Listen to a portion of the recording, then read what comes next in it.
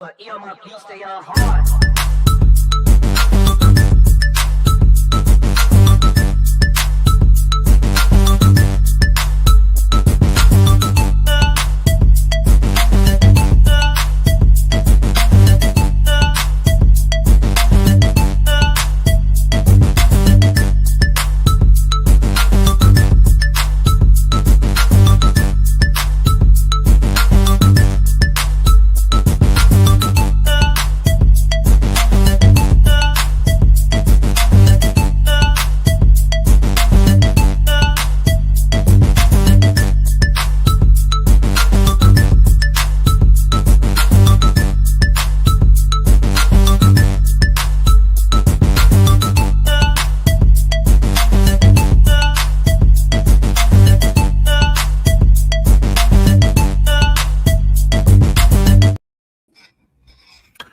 All right. Hello. Good evening. Welcome to another live episode of the BCSN SportsWrap. Bryan Fulford, and joining me is not AD Drew, but it's Kyle T. Mosley, HBCU legend, founder and managing editor. Kyle, how you doing? What's going on? What's going on, Bryan? How you feel? Man, I'm trying to get in the super weak mode. Okay. You know, right. Is that turquoise-ish? Well, look, the one Super Bowl that I was able to truly enjoy, happened a long time ago, in Miami. We had a great quarterback, had a great coach. Prince performed a halftime show in the rain. The best halftime show of all. Ever. Yes, exactly. And I was able to actually be probably about 2 stadium lengths away at a nearby hotel, and I could see the halftime fireworks, and that's about as close as I get, Kyle. I couldn't actually get into the stadium, but I could be like a block away Well, look, me as well, the Saints, sorry what we had to do to you guys in Miami. And then that would be my worst Super Bowl memory right there. So yeah, in Miami Gardens, especially that stadium, held a lot of memories, especially for the people of Indy as well as Saints, and if you're a Colts fan as well. But such a legendary stadium, such a legendary place to be able to have some great sports memories, right? Exactly. I will say when we went, I thought it was just synergy that, we're going back to South Florida again. Oh, this is a shoo-in. And then Hank Basket couldn't recover, couldn't handle. Anyway, no, I don't want to go. I don't want to go there. Congratulations to you. That was a kick from Thomas Morstead, a rookie kicker. It was a genius move. It was a genius move. One of the best coaching decisions. I think this whole week, I wonder, people will break down that kind of stuff, but I don't know if there was ever a better coaching move that won a Super Bowl than what Sean Payton did in that game. Yeah, it took the whole tide. It took a big pair to do that, and potentially give Peyton Manning, great field position, when you're trailing coming out of halftime. Yeah. Well, look, he didn't want to give Peyton Manning too many possessions. He knew he had to steal at least 1 or 2 from him, and we were able to do so. And congratulations to my Saints. But It's been a long time coming, though, Bryan. We got to get back there, right? Yeah, look, man, it's been a long time. It's been a long time. I think your Saints are trending in the right direction. I thought my Colts were, and then they weren't, and then I wanted change, and change didn't come. So I don't know what to think about next year, Kyle. But anyway. Hopefully Jones gets back on the mend. I think that was the key for you guys right there. Surprisingly, I had Kyle, just when I had finally decided to drink the Kool-Aid, and then he got hurt. And then the losing streak happened, and then I actually went to the Jacksonville, a place that I knew we were going to lose that game, Kyle, but only because I had some tickets to a suite. This is the only reason I went. Free tickets, went to the gym, free food, free drink. I mean, you don't pass that up, right? Yeah, you don't pass that up. No, but I knew we were going to lose that game. I just didn't know we were going to lose our quarterback and our season in one foul swoop. So, again, I'm sorry. I will never attend a Colts Jacksonville game in the state of Florida. I'm officially done with them. You done? I'm done. I don't care unless I could have field access, which I did, but we didn't do it. But I'm not going, Kyle. It's just I learned my lesson. Jinx. Yeah. I learned my lesson. Well, it's okay, man. It's all right. Yeah. Well, hey, look, we got a great show for you today, and obviously you see Kyle is here today. He's filling in for our guy Drew for at least the first segment because wow, of all the things going on in the HBCU sporting diaspora, man, we've got a story that is just beyond belief. That opened up that's going to open up the show and probably is in the talking. Everybody's talking about it in the diaspora. And if you don't know, we'll get into it in a moment. And it really shamefully takes away from probably the bigger story. And again, if you're not familiar with HBCU legends, you should, guys, all should be reading and following Kyle. Kyle did a great article regarding what this incident has taken away. And the incident I'll talk about here in a second, but I want to first read, this is rare that we do this, Kyle. I don't get a chance to read very many statements from my co-host, but right. I'm going to read a statement from my co-host because I'm sure a lot of people who know our show are tuned in to see what my co-host had to say or is going to say, right? So let me read a statement from my guy, my friend, my classmate, from way back. Okay, so this statement is from AD Drew. So I'm going to read it here just to kind of not try to paraphrase it. I'm going to read. These are his words. Okay. For 9 years, I have been appreciative of the opportunity to bring my commentary, facts, and opinions on key games and other matters related to HBCU athletics on the Black College Sports Network. I want to say thank you to all of the followers who tune into the BCSN on a daily and weekly basis. The ability to do shows like the BCSN SportsWrap with my college classmate, Bryan and Dr. Cavill's Inside the HBCU Sports Lab with Doc and Charles, Mike, and the other professors has been a great joy to me. Instead of being able to come on the show, I co-host each and every Sunday and talk about the longest active winning streak in HBCU basketball, a battle of two SIAC heavyweights who happen to be in first place in their respective divisions, true, a team that is undefeated in its division, true, and a team that has not lost in the calendar year 2026, I do recognize the lead story of the day. With that being said, I, along with the team at the BCSN, have decided that I will not join the show for the discussion of the happenings at Morehouse College yesterday. My participation in a discussion about the incidents on yesterday would put me in a compromising position and not give the people who tune into the show for an honest discussion the level of coverage this story deserves. Thank you for respecting my decision, and I hope that you have a good show. All right, so that is the statement from AD Drew, co-host of the BCSN SportsWrap. Well, Kyle, the incident we are speaking of involves Tuskegee head coach Benji Taylor. Following the Morehouse Tuskegee game, and I don't know. I hate to start it like this, Kyle, without even talking about the great game that took place. but we'll kind of fast forward and then backtrack however we need to. Following the contest, and I'm going to paraphrase because I'm going to get out the way because you did a great summary and I'm going to let you talk about it. I'm going to just give the bullet points.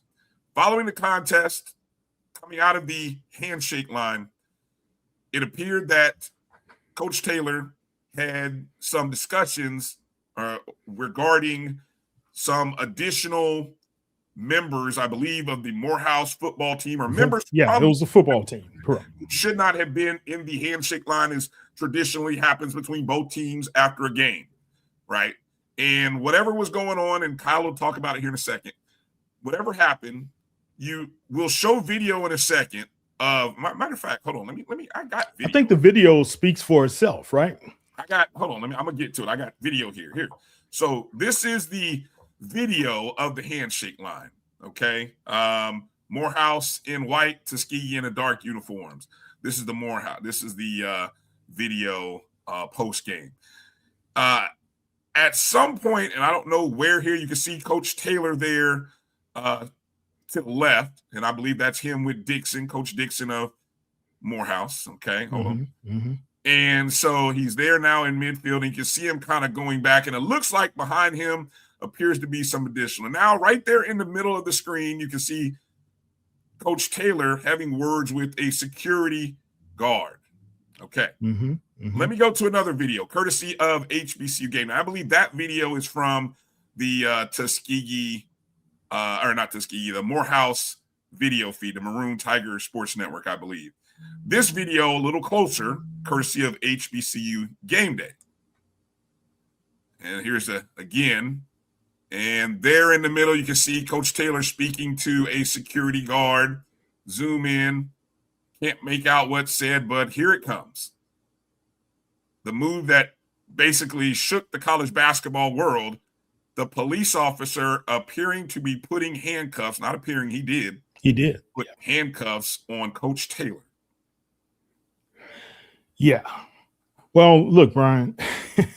Unbelievable. If you go back to the video, if you can, the second one.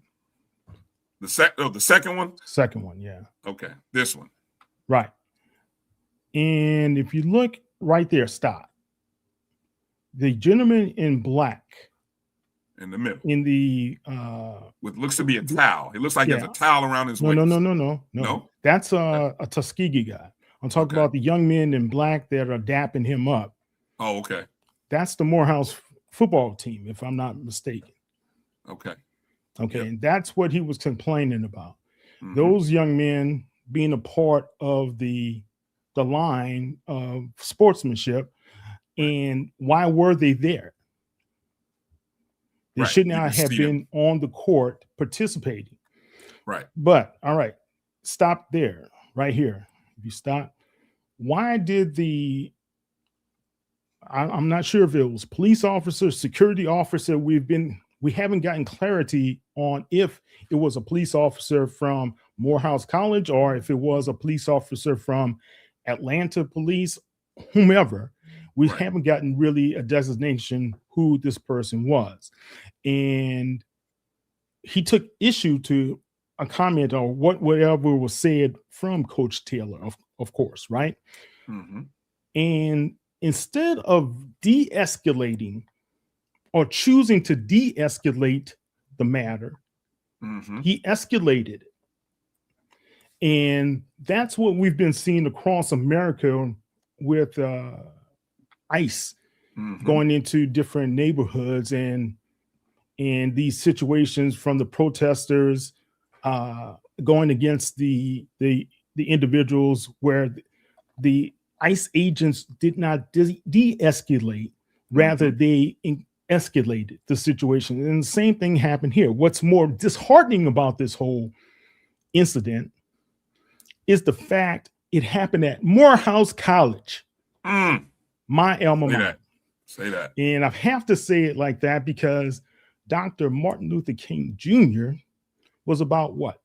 Peace, trying to rationalize a situation, trying to be non-violent, non-confrontational. Well, you got to have some confrontation to have dialogue, but did it have to go to this point where you chose, as the security officer, chose to be able to handcuff a visiting coach's, well, the top coach, and decide to be able to take him off the court into the tunnel and detain him. That's the issue right there. And also another issue, and I don't know if we have clarity on this. I know this was a time where they were having the ceremonies for, or having the honorees for the Tiger Den honorees. Where was Harold Ellis, the athletic director? We saw that Coach Dixon from Morehouse, he approached the security officer to try to intervene, to say, hey, what's happening? What's going on? And I guess he was told to kind of go off, and you saw Coach kind of backed off after whatever was said. This should not have happened. Where in the training of the security or the police officer does it state that you immediately are, oh, I just don't like how this guy talked to me or spoke to me or whatever he said to me, and I will go ahead and handcuff him in front of hundreds of people in this arena, thousands watching on the feed, and then let's go ahead and make this a national spectacle. Yes. And that's what happened. And I don't know what was the exchange, but I do know that certain officers and certain police forces are taught to be able to kind of calm the situation first. And if there's no other option, then you go to, let's detain the person. And I just thought this was a bad look for Morehouse College, my alma mater. And I think it's also a bad look for Black college sports as a whole. And I just got a memo, a press release that was sent to me from Tuskegee's coach's attorney. He's just hired a civil rights attorney, attorney Harry Daniels, who's well known. He also works with Jerry Reynolds Williams, as well as Gerald Griggs. And those guys are representing Coach Taylor at this time, and he's bringing a case against Morehouse College. How disheartening is this, man? Now we have ramped this up from a national spectacle. The tension is just being communicated with. Get this, it's not just with HBCU sports any longer. It has gone national to these guys in Sporting News, Yahoo, all across the globe. People are talking about this. You have guys at Bro Bible talking about this. Yeah, wow. Wow. Right? So that's the problem right now that we have, and we don't know how the legal system is going to take this any further, but I would think Coach Taylor has a pretty strong case at this moment. You know, the sad part and here's the part. It's funny you mentioned that this is now that there's legal precedent or that he has retained a lawyer, because the first thing I did today, because I wanted to use, I was trying to find a picture to go with the graphic I'm going to show. We have a statement from Tuskegee's Vice President of Intercollegiate Athletics and Athletic Director Reggie Ruffin. Coach Ruffin, right. Coach Ruffin, right. And I was looking for a photo here of Coach Taylor. And here's now what is associated with his name. That picture and that video of being handcuffed. And I'll tell you, Kyle, full disclosure, there's only one other time in my life that I've been handcuffed by police officers, and that was totally something that was, I just happened to be at night in my apartment complex parking lot, and they were actually there for some other guys, and I just happened to be outside at the same time. But when I look and I see police come rolling in with the lights off, and I see guys running, and I said, what the hell is good? And I stopped because I watched enough TV, Kyle, to say, yo, I'm not running or moving nowhere. I'm just going to stand here by my car and wait to see how this plays out. And sure enough, they came rolling up, and they were actually dealing with some guys who were about maybe 30 yards away from me. But because I was near, they don't know who's who. I just stood there. And I said, didn't line up. Yeah. It was like, sir, I live That's here. it. And it's like, hey, well, I'm gonna go ahead and put these cuffs on you. And could you say? I said, yes, sir. But if you have never been handcuffed, it's humbling. You see that stuff very on TV, humbling. I've had that happen to me. And Bryan, so in New Orleans, it happened to me. My hometown, it happened to 17 years old. Wow. So I look at that picture, and now that's the part that probably bothers Coach Taylor more than anything. Not that this happened at your job. I mean, I've seen coaches go 8S chasing after officials. I mean, a former high school classmate of mine did that recently at a game. I ain't gonna say whose name, but you can probably figure it out. I watched him go 8 nuts after an official, and everything was calm and cool afterwards. You've seen college basketball. You've seen coaches go nuts. What happened with Bobby Knight throwing a chair? I grew up in that state. I know. So I'm telling you, watching that was so mild. Whatever I just can't even wrap my mind around how he has to be feeling, Coach Taylor. Going through that experience and seeing now that his name is Google. When you Google his name, that now is something that is attached to his name. Yeah. That's sad. Well, Bryan, one of the reasons why I chose purposefully not to report on this last night. I wanted to be able to gather as much information as possible. I even reached out to the leadership of the athletic department at Morehouse College. No return of a call, text, anything.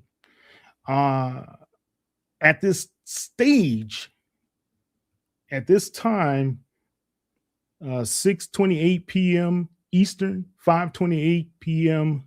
Central, Morehouse College has not released a formal statement. And that's a concern of mine. Yeah. If I'm an alumni, I want to know what my college has to say. If VP Ruffin came out from Tuskegee and released in support of his coach, and now that the attorneys have been retained, right? And this is the key part of this. Coach Taylor was never charged with a crime. Right.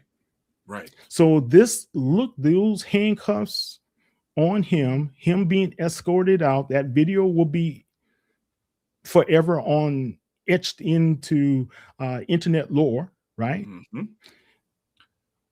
Your kids will have to see that. Grandkids will have to see it. Your family, extended family members. That's what we're talking about. Why did this have to come to this level? And they state here, the post-game handshake is prohibited by conference-mandated security protocols.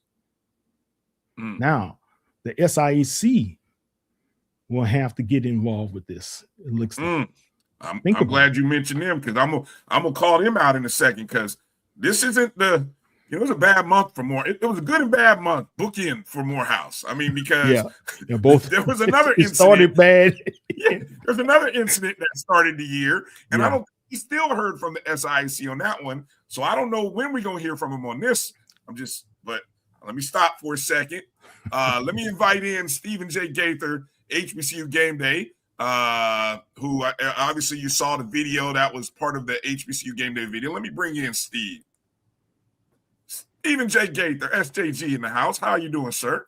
What's going on, everybody? What's going on, Kyle? How you doing, Bryan? How you doing? How you feeling? Doing all right. You know, we got about 9 inches of snow here in the Triad, anywhere from 9 to 11 inches. So, you know, we don't get it. We don't get that much. So, just here for the ride. All right. How's the little lady doing?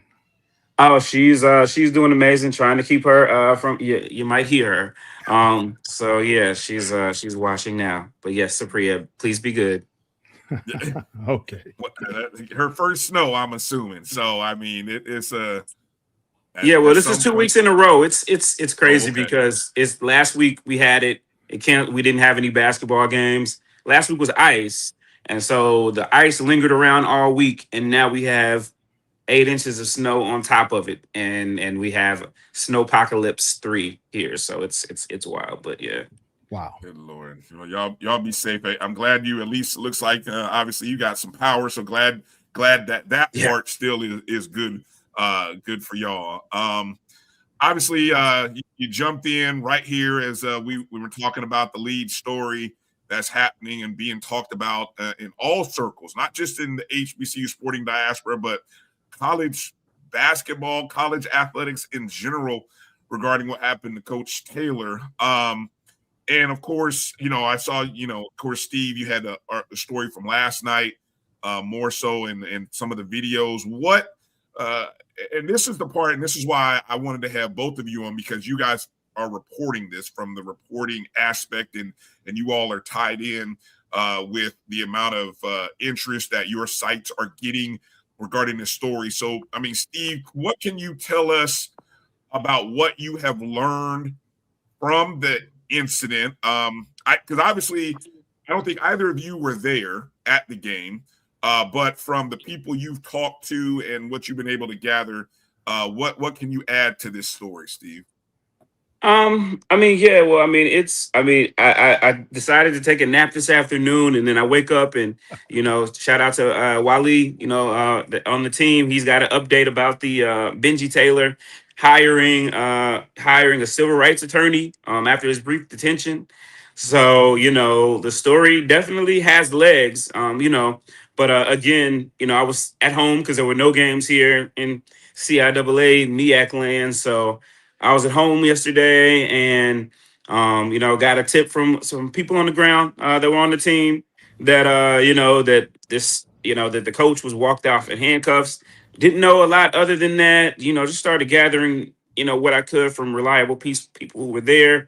Um, you know, reached out to officials at Morehouse and just kind of, gave just what we knew, because in these situations, sometimes what it seems like isn't what it looks like. And so, there was some, when you're in the building when some of this stuff happens, even then you don't know, because you heard some people say that maybe this was a stunt. That there had been a joke that said that the Tuskegee coach said that if he lost to Morehouse again, arrest him. So you hear that kind of stuff. You really don't know, but and that's the thing. I talked about it earlier this morning, and breaking news here. I'm writing. I'm in the middle of writing a book about HBCU game day and our evolution with the evolution of HBCU sports over the last decade and a half. And I was actually just on this chapter where I was talking about where when you have unfortunate incidents like this. In times in the past, it might go under the radar if the mainstream media wasn't there. But now with everyone having these smartphones, that's out the window. And so, having HBCU game day, having HBCU legends, folks that actually do writing and reporting to contextualize what's going on and try to get as much of the story. So literally that's what I was doing, was trying to do that. I put up the preliminary story which said, he appeared to be taken off in handcuffs, which obviously, he was. And I got from multiple sources that the Morehouse football team was, man, they need a coach. They need a coach bad. Those young men, That's right. I forgot. They still not. don't I'm have a sure it coach, wasn't all of them, but they would get them a coach. Get those young men a coach. Anyway, Hey, Steve, that's a sore subject here. hey man, look, they still don't have a coach. I forgot about that fact. I'm sorry. We're in I'm the sorry. final stages. Some of We're us in did the it back final in stages, September. guys. Some of us did it back in September. I'm just saying. But no. So anyway, and then I got a call from AD Reginald Ruffin. Who gave me his side of the story.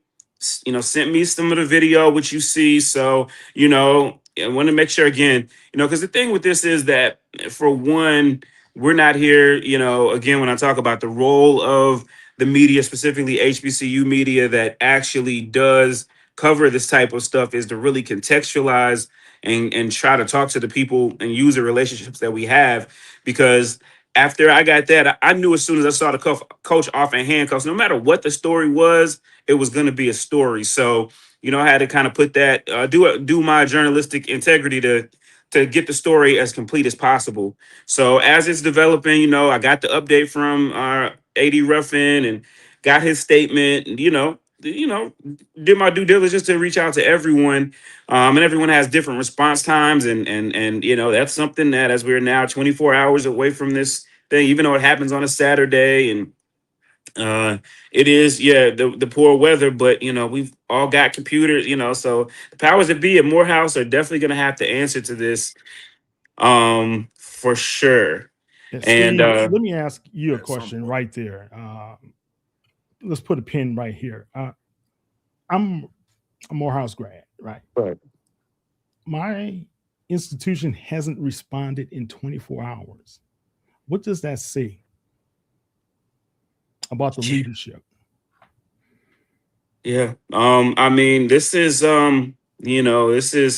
this is a lot of different things. It goes from just being sports to being PR to now crisis management. And he says other things that I talk about in the book, and some of the consulting work I'm going to start doing as well is helping folks have a quicker response time, and it's definitely needed now, so more than ever. Again, when everybody has a phone, everybody's a reporter, everybody's not always interested in getting both sides, but you can't keep this out there. And I've been on the other side of it. I'll talk about in the book in the 2013 season, when Winston-Salem State and Virginia State had their infamous romp before the CIAA championship game, in which the CIAA responded very quickly and shut down the entire CIAA championship game. So you have the other end of that spectrum. So, it's never easy. It's never something that's planned for. Nobody planned for this, but it does kind of say, hey, what does their crisis leadership look like? What's their plan? I mean, it's a situation where, as a university, AD, he's got people that he's got to hear from there. He's down the food chain a little bit. There's only so much that he can do. Those people up the food chain have a responsibility to have a response. You are Morehouse. This is the first day of Black History Month. You do have a famous alumnus who has a birthday, who's fighting for people's rights. And as you say, you talk about the coach again. When you saw the first piece of it with him being walked off the court, it's like, oh, they arrested him, and then you find out no, they didn't arrest him. They just took him off the court in handcuffs, and it's like, oh, okay. And then you see the video, and it's like, oh, okay, so. He's having words with him. He's stating his case, and the verbiage that I got from this was from people on the ground was, oh, basically some similar. If you're trying to tell me how to do my job, I'm going to put you in cuffs and I'm going to walk you off of here, but then I'm going to not arrest you. And that's the thing. I talked to some officers that I know that work at HBCUs and do this type of work, and they were like, oh yeah, there's no way you're putting them in cuffs in this situation and not arresting them. So, that's where this civil rights thing comes in. So it's so many things. And, like I said, back in, 20 years ago, 30 years ago, on a snow day, on a game, nobody's streaming it. Nobody has a smartphone. This probably goes under the radar, but we're not there anymore. The thing and to quote The Wire, the thing about the old days, they're the old days, and we're way beyond that. Right. So. Yeah, good stuff. Well said. Let me read this statement from, since we did happen to mention that Reginald Ruffin, the VP of Intercollegiate Athletics and the athletic director at Tuskegee University, released a statement. And I believe this statement, I don't know the timeline. Did this statement come out yesterday? It did. This morning, right? I think it was like overnight, because Field of 48, which again, like I say, now you got people who are way beyond covering HBCU basketball at all, let alone D2 HBCU basketball. Or they had a statement from him. So yeah, it was in the overnight hours. Overnight hours. Okay. So again, the statement from VP Reginald Ruffin, and it was addressed to the TU family and friends, stating Tuskegee University and its Department of Intercollegiate Athletics write this letter to express our full and unequivocal support of head men's basketball coach Taylor following the event surrounding the January 31st, 2026 contest between Tuskegee and Morehouse College.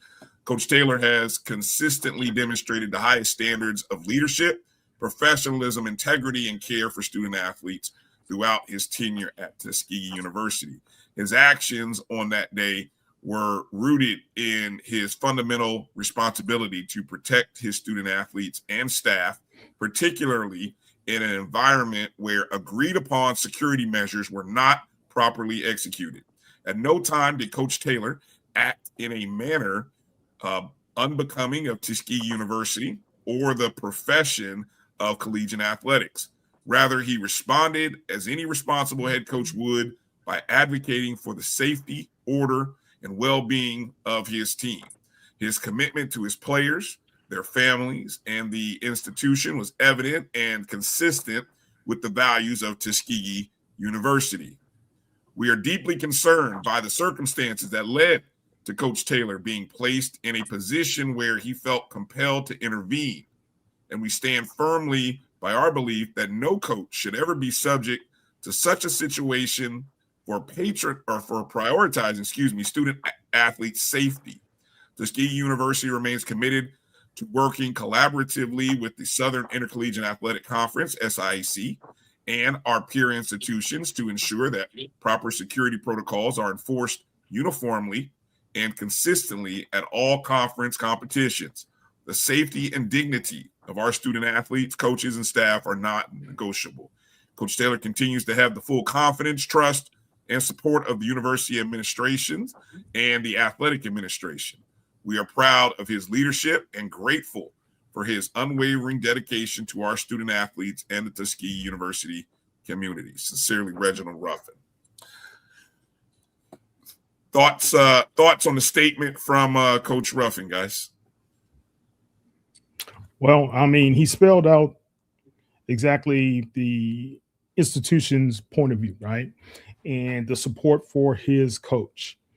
And I guess the issue I have, and Steve, maybe you can clarify this. I don't know how things go on the CIAA a lot, but if there was an agreed upon post handshake not occurring, that should have been the standard right there, right? What happened? Who dropped the ball? Was it Coach Dixon dropped the ball? Was it Coach Taylor dropped the ball? Was it both of those guys dropping the ball right there as well? Or did the guys just go to the standard, let's dap each other up and let's go on about our business, right? So what happened there could be an issue that takes it further with Attorney Daniels representing Coach Taylor, how that was handled, how the media, now we're handling it, and we only handled it from the video that we saw. We had no statement coming directly from Morehouse College. We had no statement coming from leadership of Morehouse at all. So I think right now there's a lack of clarity on Morehouse's side. There's a lot of strong opinions and statements and support for Coach Taylor on the Tuskegee side. So until we get this cleared up, could that also damage future competition there? How will the commissioner handle that, right? Dr. Holland, how is he going to handle it? So all of this is still, we're in a series of what ifs and how it's going to go down, right? So in my opinion, I think until we hear from Morehouse, I think all this is just still ambiguity at its fullest, and it shouldn't be that way. Steve? Your thoughts? Yeah, I would say, Tuskegee right now, as a neutral observer, they're winning the war of narratives for PR, sure. right? If not, straight just because of the video, especially when they gave us that video juxtaposed to the first video we saw. But then, in terms of getting out there, making official statements, the coach making his statements, like and they've taken their lumps as well over the last couple of months, as well. But they have seemed to have learned their lesson and learned crisis management quickly in this new landscape of, again, where, again, you're going to these games where, 15 years ago, 15, 16 years ago, D2 basketball, something that happened at a D2 basketball game at best would be reported by maybe some student reporters and the weekly black newspaper whenever it came out, to now it's everywhere. And they're doing what you have to do now, to adjust to the times and adjust to the fact that you can't just keep this stuff in house. You can't just be quiet and let it go away. I would say again, for me, like I said, I've been reflecting on, game day in the past, decade and a half. It's like, I know I've had some presidents and chancellors, you know, directly say something and feel some type of way about HBCU game day for covering this type of stuff. But as I explained to them, and as we continue to see, this is now bigger than that. And you can't just sweep this stuff under a rug, and it literally can go across the world. Jamel Hill, she posted our story as well. And, you have to get out there and say something. You can't just sit on your laurels and say, "Oh, we'll just ride the storm out," And it seems like right now, as we're talking about now, over 24 hours afterward, that's the path that Morehouse is taking. Even if they said, "Hey, you know what? We have, Morehouse is, we are in touch with." They'll let us know whether it was a Morehouse police officer or it was an off-duty police officer. Yeah, we couldn't get that clear, right? Yeah, still trying to figure that out, probably. They'll say this was, blah, blah, blah. We're working with whoever, and we will have a later statement. We apologize to, whatever. So, again, from Morehouse, a world-class college, a world-class institution, we're seeing less than world-class response here. And let me say this, and in defense of my college, right? And it's not saying that you said anything incorrect, because I am in total agreement with you, Steve.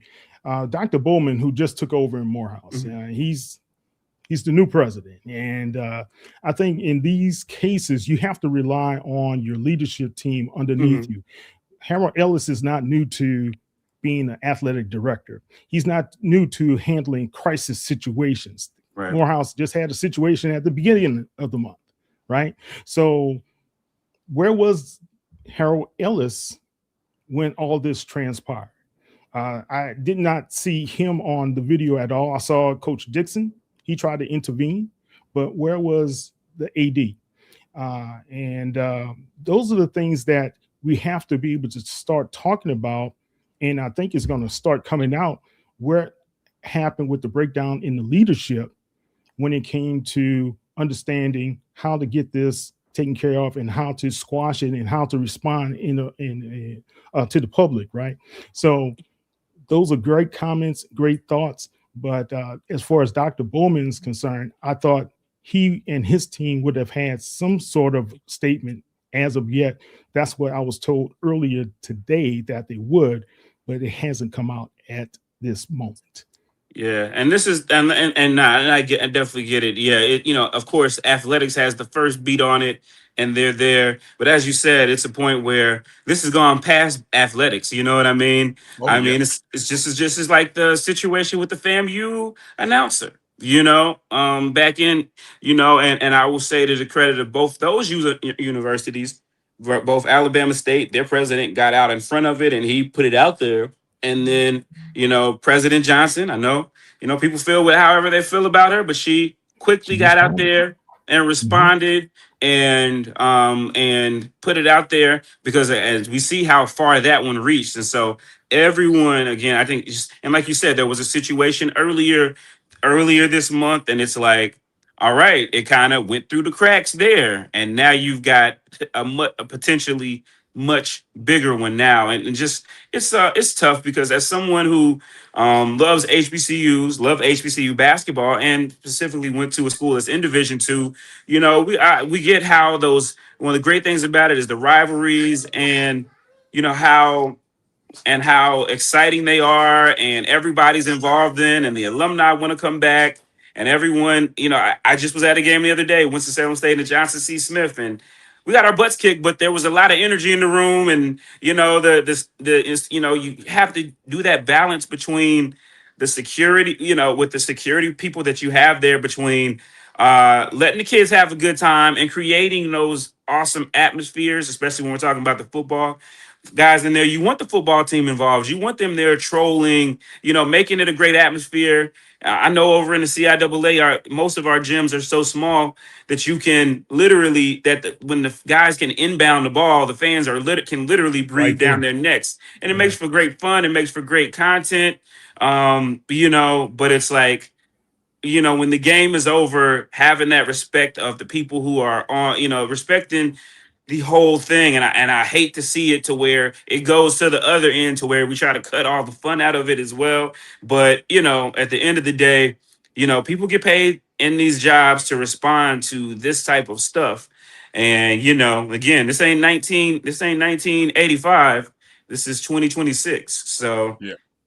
The one thing that strikes me, and as I think about that video, and I think about Coach Dixon trying to de-escalate that situation. Again, we don't know this to be a fact, but I'd be willing to bet to some degree that officer is not someone who is regularly at Morehouse basketball games. And I say that because if you're seeing the head coach of the basketball program, who, if the AD is not around, the most senior person is the head basketball coach, and he comes over and is telling the security guard, hey, let's not do this here, you would think that someone who knows, and I'm speculating, I'm purely speculating, but I'm thinking that somebody who knows that is the head coach, has a respect for that position and where he is, would say, okay, coach, but I didn't appreciate what he said to me. Immediately as a coach, I'd be like, I understand. Because the coach knows the coach usually knows the security people. Right. If it's somebody who is a regular at those games. Well, yeah, and I got it. But to give him grace, that's good, Brian, but still. No. I'm saying I'm coming from a guy who was been on that campus, man. No. Those guys are full of power sometimes. And even when I was on the campus, it was about power, and they pushed students around especially when cameras weren't around. We didn't have cameras back then in the mid 80s to late 90s, late 80s when I was there, right? Yeah. So they still acted the same way and performed their duties in the same manner. But if you look at the video, whatever Coach Dixon was trying to intervene in, whatever he said to Coach Dixon when he backed off, you know, this guy was full of himself. Hey, and the crazy part, think about this, guys. I don't think I'm too crazy in this when I say I'm trying to put myself as a coach of basketball who has gone through many of lines. If I had been upset about a situation that I saw, the fact that the poise of Coach Taylor to not be like, what are you doing? I mean, just let your mind go and just think if Coach Taylor instantly jerks away from this guy putting his cuffs on him, I said, what are you doing? Worse. You know what? I mean, God, it could have been so much more dramatic, and worse than what we saw in that video. And it didn't have to be, because It now, didn't have to be. because now, I mean, you just got that visual of the coach being, no matter what the story, no matter what the story and the details are, you know, you got the coach being walked off the court in handcuffs. Handcuffs. Yep. Point blank, period. It all comes back to that. And then he wasn't arrested. He wasn't doing anything. It was just like it just, again, appears the ultimate power trip. And again, you know, when you're talking about what's going on in the world with ICE and all of these things, and it's like, you know, HBCUs are supposed to be the one place in the world that we can go and not have to deal with this type of treatment. Not, you know, feel like, okay, at least I don't got to worry about this. I might have to worry about somebody acting a damn fool, but it's not. Since AD's not here, I'm gonna curse for him. But you know, it's you know, without somebody acting a fool on me about this, it might be about something else. But you know, it goes to it go. There's a whole lot at play here. A lot of lessons to be learned, and a lot of things to be taken from. Not the least of all is, hey, think about what you're doing before you do it, because you know, I'm sure that guy probably didn't think. For that officer probably didn't think he was going to be, you know, all over the world, but he is now. That's where we are. Yeah, look, and the crazy part, you know, and I'm thinking about how you mentioned how national media and attention has picked this up. Last night, Jeff Goodman, a very look, I love college basketball, so I know who he is, and probably a lot of athletic people in the sports media know who Goodman is. He covers college basketball. He's retweeting it. I heard it got picked up by USA Today and other sites. Probably, I mean, obviously, Kyle, your articles via the SI network. Steve, you have the network that you guys are affiliated with, so your stories get picked up nationally. And McClatchy, so that's Miami, Charlotte, Raleigh, some major markets. Right. And so, and I'm thinking, hey, here we are, college basketball season, Kyle. One of the biggest promotional advertising campaigns during the college basketball tournament features two Morehouse men, right? Sam, Spike, and Chuck, right? Chuck being the one that's obviously not a Morehouse man, right? Right. But right. And I'm just thinking the negative PR, because somebody's going to tie all that together. You watch in the next day or two when this story comes out, you know, depending upon how much coverage about the weather storm gets picked up on Monday morning, but somebody's going to draw that parallel that this happened at the same university where, hey, Sam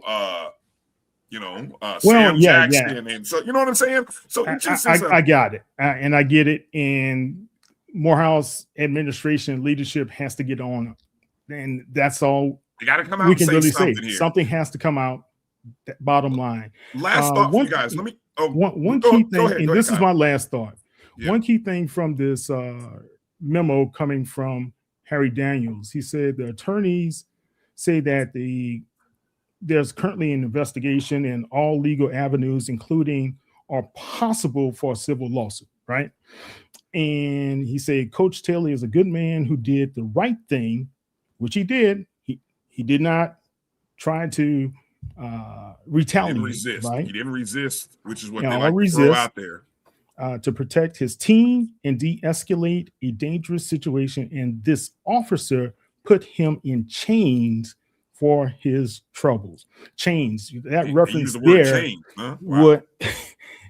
Think about it. That reference of chains, and we're talking about our freedom, as well as Steve, you can attest to this as well. Our freedom as journalists is under attack as well. Now our freedoms as sport lovers and as a sporting coach is under attack based upon officers just taking things to a new level. There's got to be a better part of training. There's got to be some reconditioning there with this officer and the officers at Morehouse College, in my opinion. That's coming from alum.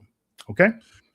My last thought for both of you, again, going back to the conference level and what we would expect, or what should people expect from the conference statement about, the fact that now you've had two incidents, and I don't even know if the conferences commented on the first incident or we had a resolution to that incident. regarding Savannah State. But now this incident, I mean, what should the conference, what should fans expect from the conference? And you think from a conference perspective, I mean, what are your thoughts there, Steve, and then Kyle? Yeah, I've only known Commissioner Dr. Holloway to be, forward thinking and to be forthcoming. Whether we have a conversation that's on record or off the record. That's what I've come to know and expect from him in moments. So, I don't know if, and I haven't had a chance to speak with him, so I don't know if they're waiting for Morehouse to, give their piece as the home institution. But I think we're definitely going to need to hear something from them. And, it's tough. I mean, I've had this similar, I know a couple weeks ago, a lot of people felt some type of way when the CAA announced that they publicly reprimanded North Carolina A&T head coach and my fellow WSSU alumnus, Monte Ross, for, whatever happened with him and the referees at one of their games. I know some people felt some type of way, but I feel like a lot of times, unfortunately, and I love our conferences. We go to, myself and game day, we work with the conferences sometimes and just so we talk to them a lot. A lot of times, I think sometimes we do a little too much in the name of protecting folks and not enough accountability.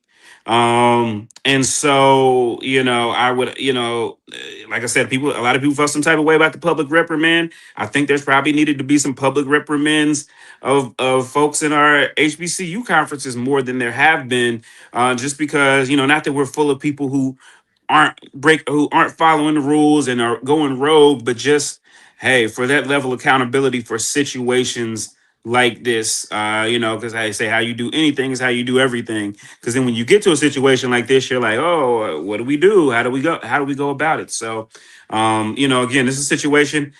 A lot of teams didn't. Again, here in North Carolina, a lot of teams didn't even play with the weather and everything like that. And so, on a normal game day, I don't even know if it would have been as easily to catch on my radar. But they played the game. And the game was streamed and people are there with cameras. And so there's no hiding this. So I would hope that the same response that I had, seeing the initial video was the same response that the people at Morehouse would have had. And also the commissioner, which is, hey, let's go into contextualizing what happened and figuring out how to get out in front of this before people run with a whole bunch of narratives. So, Kyle, Steve said it great. He said it very well for us. But bottom line, my alma mater has to do better. The leadership has to do better. That's it. Gotcha. Before we close the segment, I thought we would. Well, I was going to say spin it on a positive note, but this may not be positive. But let's spin it to the action on the court involving both of your alma maters. Kyle, the HBCU basketball longest winning streak is 9 games in a row for Coach Dixon and the Morehouse men following the win over Tuskegee. What do you like from what you've seen from this team? And I'm not going to ask how long will it last, but it was a good month of January despite some of the other stuff going on. Yeah, January was very, very good to us. So I like what we saw. They played very well. The one thing I am appreciating from the Morehouse basketball team is the leadership, Coach Dixon. And if you look at how he's preparing the young men, they're doing very well. But I love those locker room celebrations of his afterward. He's doing a very good job engaging with those young guys. You can see the passion is there. That's something I hadn't seen since we had a very good team back in 86 and 87 back in Morehouse days. Way back. And when we went to the Division II playoffs back in 91 or 92, if I'm not mistaken, things are, you can see that passion, you can see the things rolling with the team. So go Maroon Tigers. Well said. Stephen, the Lady Rams had one of the nation's longest winning streaks going into, well, when we did this show last week, 16 in a row. We knew they had some tough road games ahead. And one of those contests they went to Fayetteville, North Carolina, and they went up against the powerhouse that is the Lady Broncos.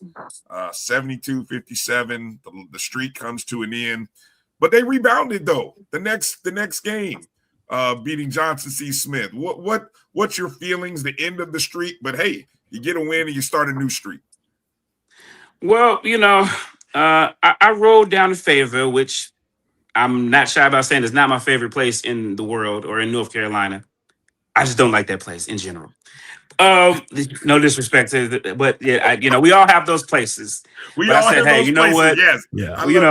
We all have those places, but you know what? I said I'm gonna roll down, see if they can do it, because I will give props to Fayetteville State coach Tyrese Bryan and those young ladies. They have really been the standard in the CIAA the last couple of years. And they have 3 titles in the CIAA in this decade. So, they've been on a really great run. And unlike our football program and our men's basketball program, who have dominated Fayetteville State throughout history, going back 80, 90 years, have dominated. Yes. We have 12 championships to their 3 in CIAA and to their 4 in CIAA his football, and we have 13 of their 2 in men's basketball. But hey, besides the point, their women have they've had the Blue Ponies. I call them WSS Blue because all they do is copy us down to our chants. They have dominated. I saw a video about some copied chants. Y'all, yeah. It's so hard to be a Ram. That is the chant. And some way, somehow, these folks have co-opted that, and they got it to some god awful, so proud to be a Bronco. It doesn't even sound right.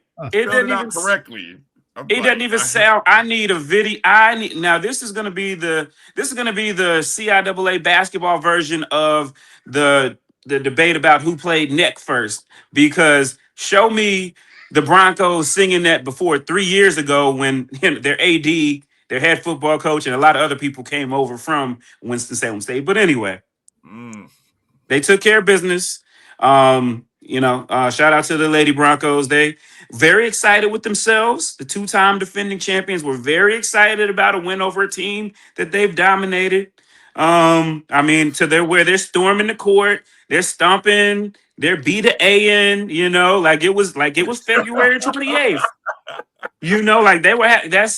That just shows us that's what it means to beat WSSU in the CIAA, specifically in the state of North Carolina, even in a program that's not been good. But yes, they got the one win, and the men, God bless them. We don't even need to talk about that. But you know what? I saw that one coming as soon as they hired Devin Hearn as the coach over at Fayetteville.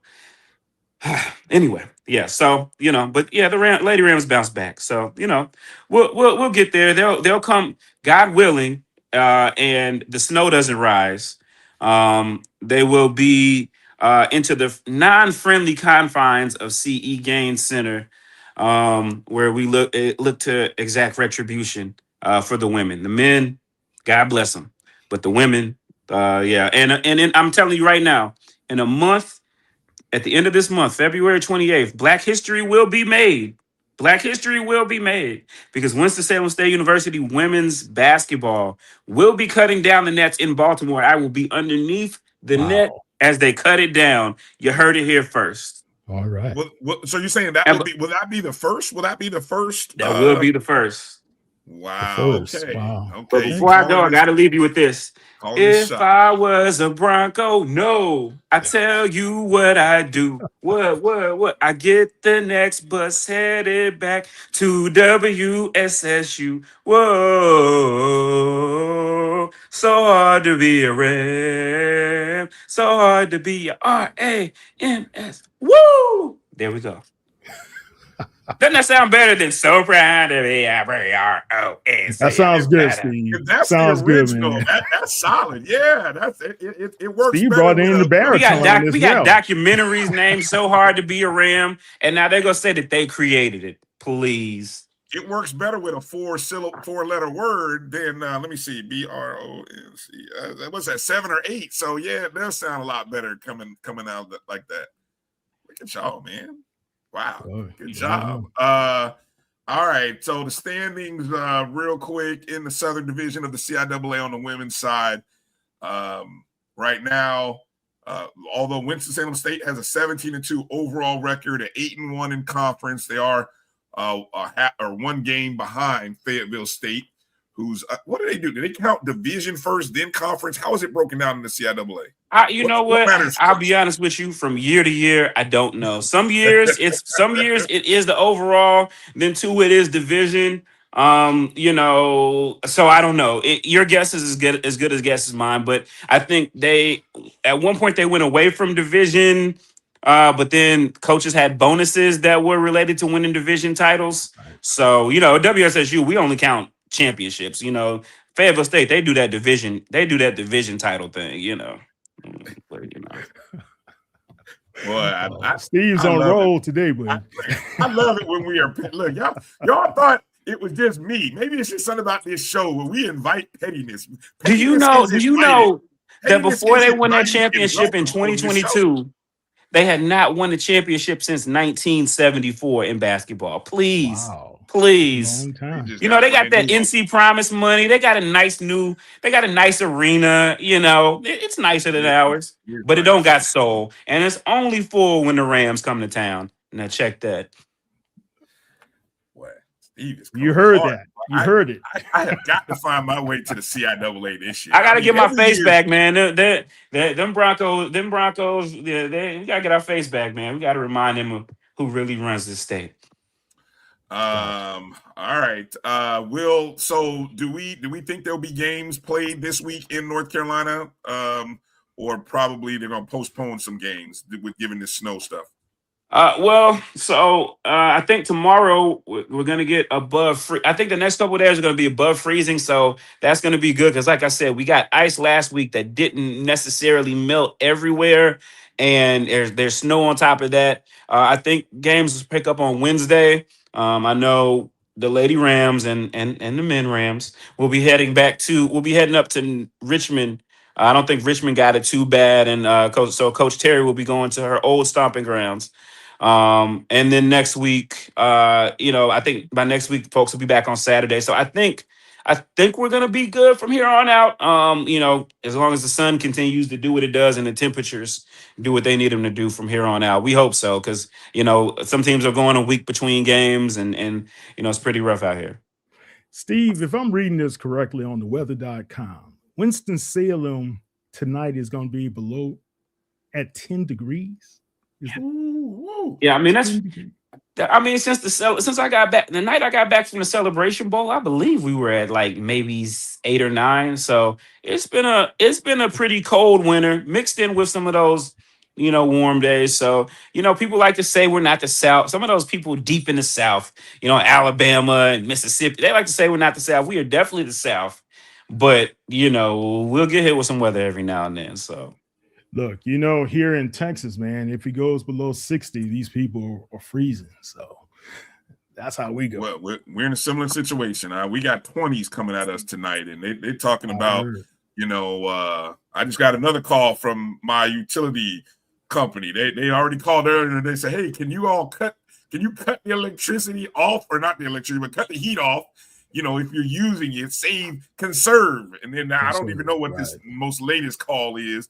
I mean, they're putting us on rations here with the heat and electricity. So, Florida, we don't know how to act. Well, God bless you guys, man. I know. Yeah. All right, Steve. We got the top 5 rankings to debut. I don't know if you got time to hang out or if you got to run. Kyle, same thing to you. I don't know if you got to run. I've got a hard stop. I apologize, guys. That's all right. Steve, good seeing you, man. Bryan, yes, sir. Thank you. Guys, go out there and support, and we'll keep an eye out on what's happening with this situation at Morehouse and Tuskegee. All right. Right. You guys take care of that. All right. Thank you. I'm going to go ahead and take a break here. Come back on the other side. You're watching the BCSN Sports Wrap. We'll be back in just a moment. This is the Dean of the College of HBCU Sports, Kenyatta Cavill of Dr. Cavill's Inside the HBCU Sports Lab with Mike Washington and Charles Bishop. Come mix it up in the lab where the course lecture is in session every Tuesday from 6 o'clock p.m. Central Standard Time on Facebook Live, YouTube Spreaker, or the BCSN app, as we discuss all things about the HBCU sports culture, including exploring the week that was in the sporting HBCU diaspora, as well as the upcoming week of HBCU Sports. With me, the Dean, the College of HBCU Sports, on Dr. Cavill's Inside the HBCU Sports Lab with Mike Washington and Charles Bishop. Course lecture dismissed. It's never too early to plant the seed, to share the tradition, and instill a sense of pride in your HBCU with your little ones. HBCU Pride and Joy Children's Boutique helps you share your school spirit with a wide selection of adorable kids' apparel and accessories officially licensed from your favorite HBCU. Visit hbcupridejoy.com and follow us on all social media at HBCU Pride Joy on Facebook and Twitter. When it comes to professional learning, teachers deserve better. From the leader in online learning, Stride brings you the Stride Professional Development Center, an on-demand library of mobile-friendly courses that gives teachers choice and flexibility, allowing them to learn anytime and anywhere. Our dynamic courses provide bite-sized learning and help educators advance their knowledge while also gaining professional development hours. It's time you take charge of your learning. Visit us today to get started. For over 30 years, HBCU Image has been more than just an apparel store. We've been a movement, a statement, a legacy. We celebrate the pride, the purpose, and the culture that make historically black colleges and universities legendary. HBCU Image, a Kenny T's company.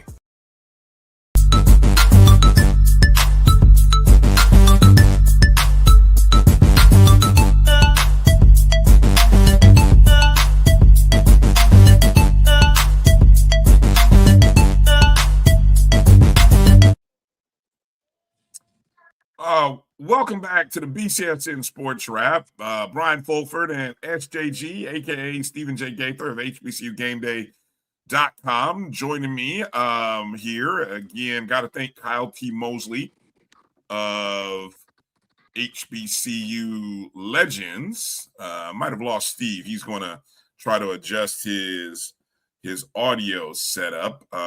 Again, for you guys, if you do a search HBCU Legends, or you can simply go si.com/college/HBCU. That'll bring you right to HBCU Legends.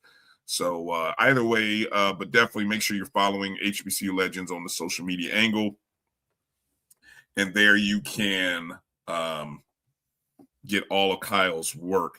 Again, for those of you who maybe joining us mid-show or a little bit late in the process, my co-host, AD Drew, of course, many of you all know of his responsibilities outside of co-hosting this show and working with Dr. Cavill's Inside the HBCU Sports Lab.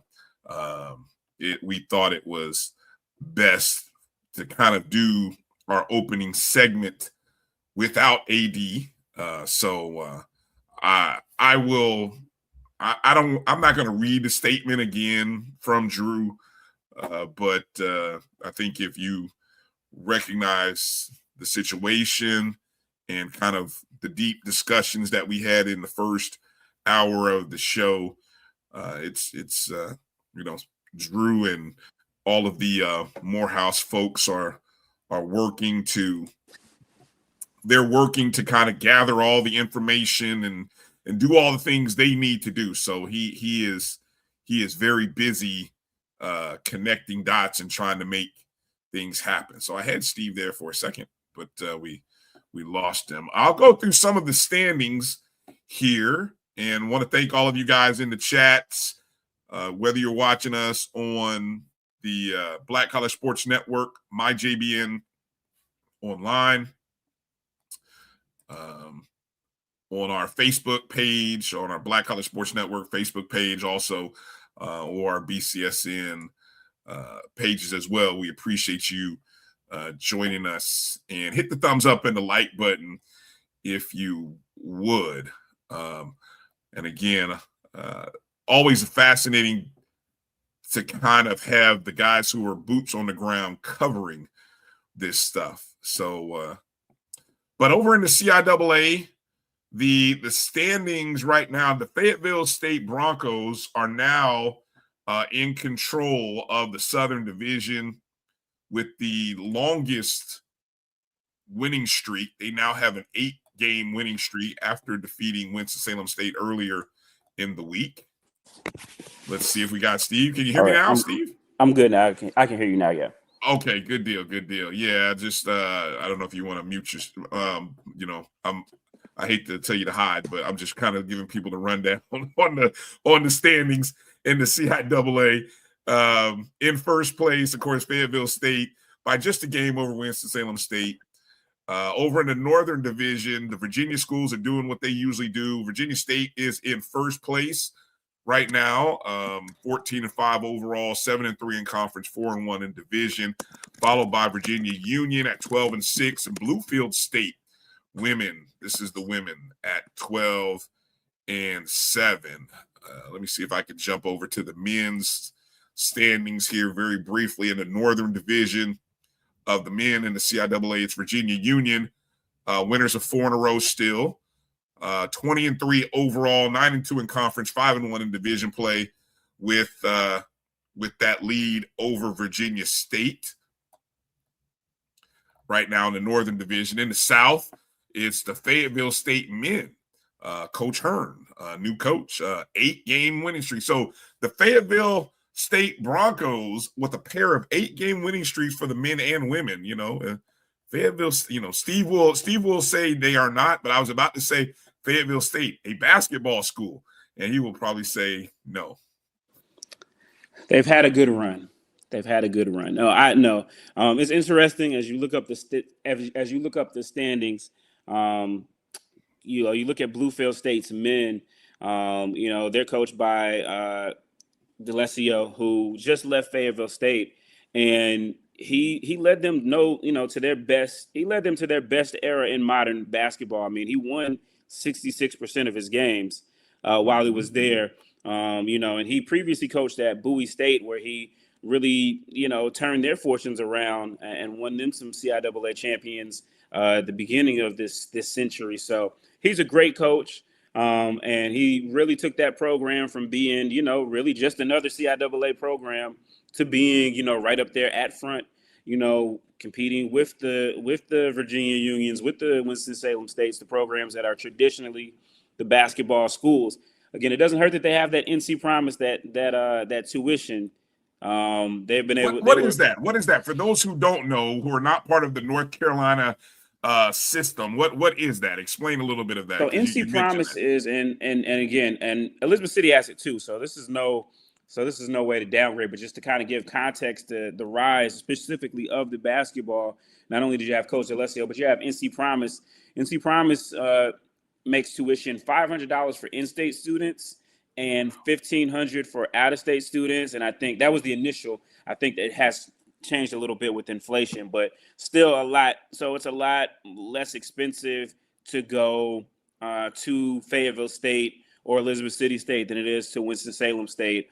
When it initially came out back in 2015, actually Winston-Salem State and Fayetteville State both fought to get off of it. We went down to the Capitol and fought to get off of it, but Fayetteville had a change in leadership, and they brought in that NC Promise, and the football program was already on an upward trajectory. Basketball, kind of lingered behind, but they were able to, so it makes it a lot cheaper to get fully funded with your athletic, your scholarships when the tuition goes down that much. So, kudos to them for taking advantage of it. And then Coach DeLessio came in and immediately turned them into a contender. I think they were in the championship game for his first year in 2020. They lost to the Rams. But, they and then the next time we had one, they won a championship, which was their first championship since 1974. My parents were in elementary school, and I'm 40 now, so that tells you, how long it was. 74 was a great year, though. 74 was a great year. It's so Coach DeLessio made that a much better job than it has been. I did my CIAA job rankings, and I saw that. I saw that. That's a great transition. So he made it a much better job, but they decided to go. I thought it was it was eerie how all of that happened, to be honest with you. Was that a culture? Was that I felt like when I looked at, and I put this out there yesterday. Hold on. I think I still got the graphic up.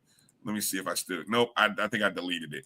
But when you look at it, and I'm just saying it what it is, it seemed like it was a culture thing. Like, hey, we wanted to go younger, more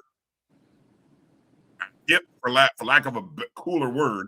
You know what I'm saying? They went. It feels like they went with a different type of culture. Not that DeLessio.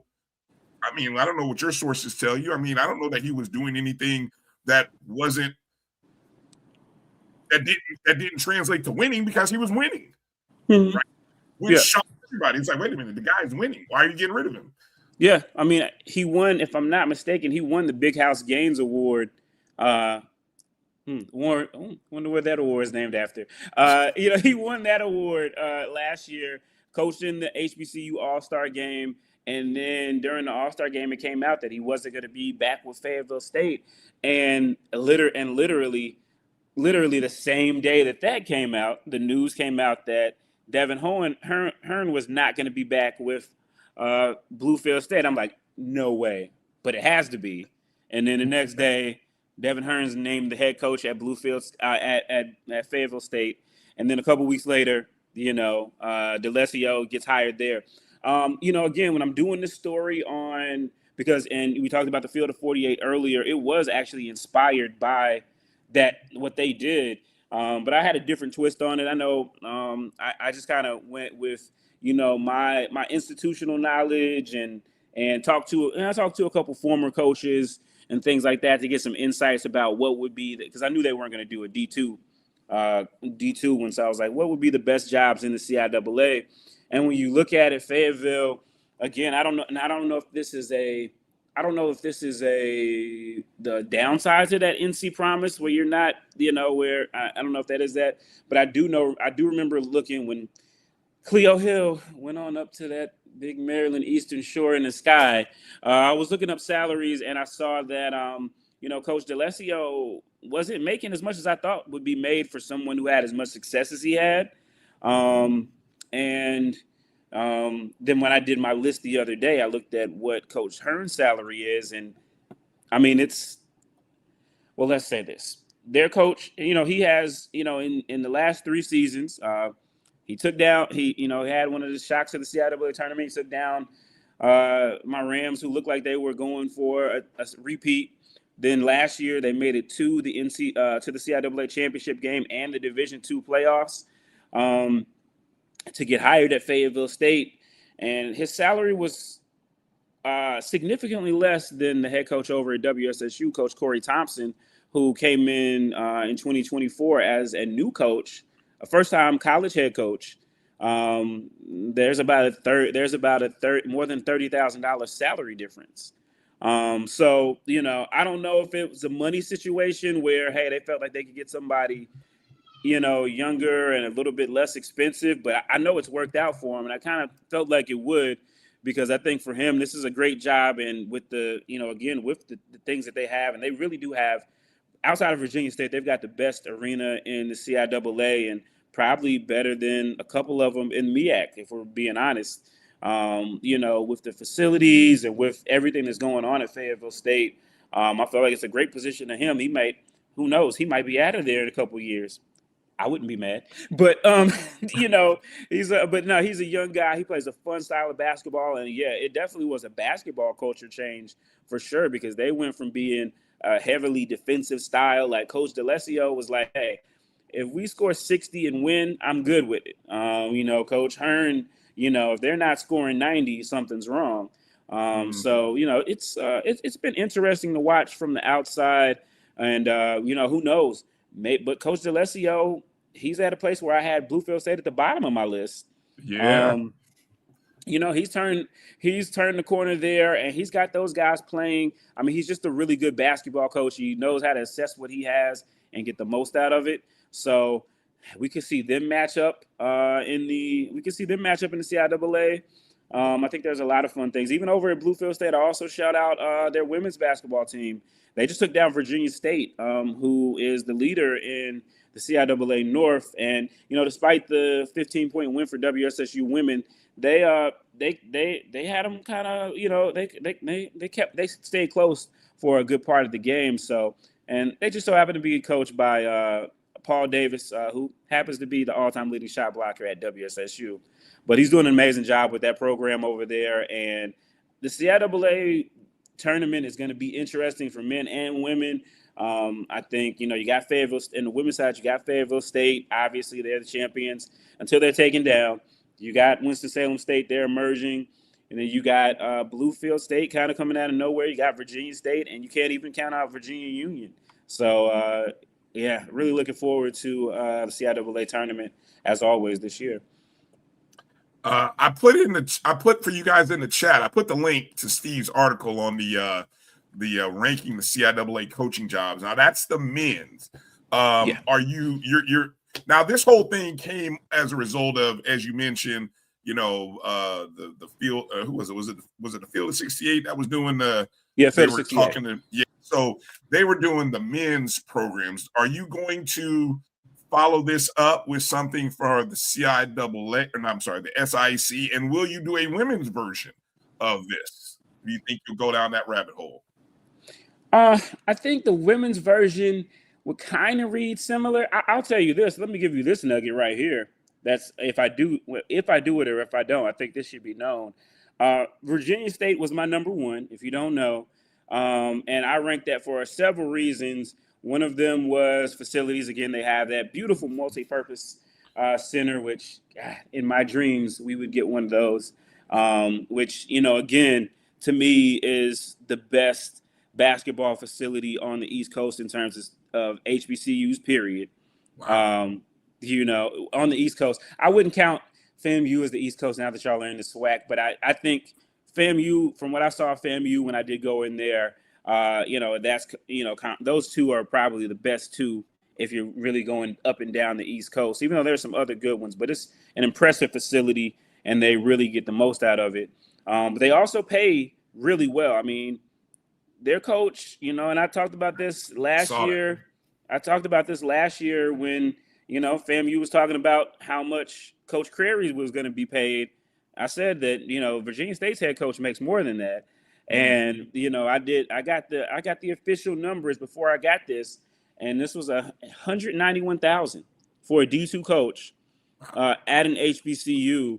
And again, you look at the numbers from some of your public HBCUs in Division I, they're paying the same, if not less. So, it's so by far I rank that the number one job, but also their women's basketball coach. Their women's basketball coach is making Millette Green, her first year, she's making $143. Wow. She's making $143. And yes, right, definitely right there.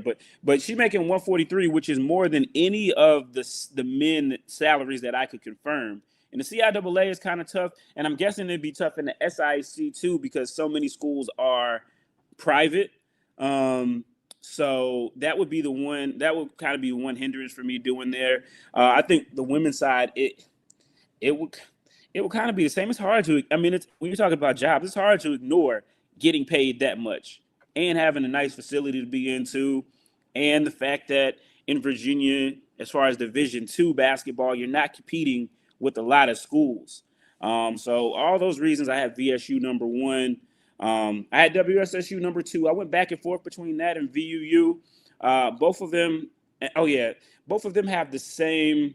Both of them have the same Achilles heel, and that is facilities. Both of them, national championship winning programs, Hall of Fame coaches, NBA basketball players, Hall of Fame, all of those things. But both of them are still using, antiquated gymnasiums. The building over at Virginia Union, I believe, was built for the 1939 World's Fair. So it's like it's like the Boston Garden. I was gonna say it's like That's like the throwbacks. It's Boston like Garden, throwback in and the time. game center is like the LA Forum. It's like the Garden and the Forum, Yes, or you want Madison to see Square what Garden. basketball was like 20 years, 30 years ago. Go there, but it's not when you're comparing. So yeah, I got a couple calls and some eyeballs from some coaches. So I don't know. Cost, and I even looked at things like cost of living as well. I mean, Petersburg isn't super high. I had fun with that. I don't know. With the SIC, it probably had to be a lot of more research. That kind of formula I had for a while for this AA, and now it makes sense to kind of to piggyback off. Let me see. We still got you. Okay, I still got you. I'm starting to losing you there. Your connection. Okay, I hear you. Okay, good. Good. All right. I hear you. Can you hear me now? Okay. Yeah. You're good. You're better. Fascinating stuff. But I love those kind of articles and those kind of narratives and information because it really does, and it made me think, okay, so is Virginia State and Virginia Union benefiting because of things that are maybe happening from a state level? Is it administration within the university that makes those jobs so appealing? And then you mentioned, like you said, Winston-Salem State, Virginia Union, they have the history. And it's like, wow, if you had a basketball multi-purpose facility similar to what maybe Fayetteville State or even Virginia State had, what would life look like for you? And maybe it's not that you're not doing well, but how much better could it be if you had better, overall facilities, So I think for me, the state of Virginia is doing. I mean, even though we're bordered right beside each other, and people like to often group us with the other Carolina. A lot of ways there are a lot more similarities with Virginia, but Virginia does not have as many HBCUs. We have many more here in North Carolina, but the ones that they do have, they are doing a really good job of supporting them. Again, Virginia State and Norfolk State are the two state HBCUs versus the 5 that we have here in North Carolina. So you take that into consideration, but they also do some things for Virginia Union as well. That multi-purpose center is a game changer up there, for Union being a private school, it's amazing to have done what they've done. I think traditionally they played a lot of their games in the Richmond Coliseum, but with that having gone down and things like that, it's just like we played a lot of our games in the Coliseums over in Winston-Salem for a long time, but that kind of but now Wake Forest owns that. So we're limited to the game center, which the capacity is 2,400. There are literally no seats. There are no backs of seats anywhere. So it's bleachers all the way. So everybody, unless you bring your own seat, that's you're going to be it's not the most comfortable viewing experience. It's hot in there. Even like if we were to go in there right now, even though it's snowing, everybody would be warm because there's a pool in there that keeps it warm. So those are some advantages. Yeah, you think what it would be like to have those. Again, I know at WSSU, a lot of our games, alumni would like to come, but a lot of games, once you get to this back end of the schedule, if you're not in the building by the start of the game, you're not going to get in. And coming from out of town to a game and hoping you can get in isn't always a winning proposition. No.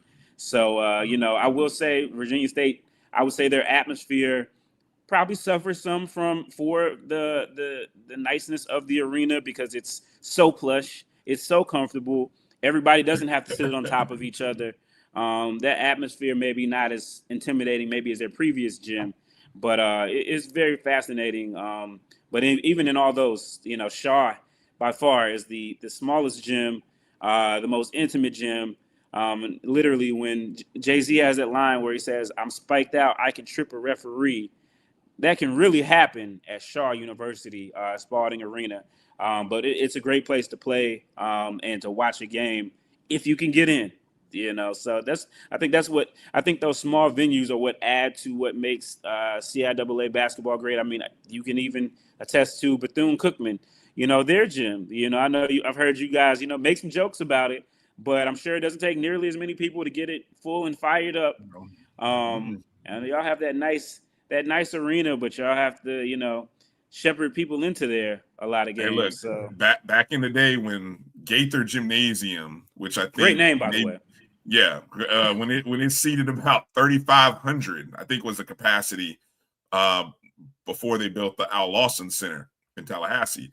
That place was rocking. I mean, 3,500 is not really hard to fill up on a campus of 10,000 students. Right.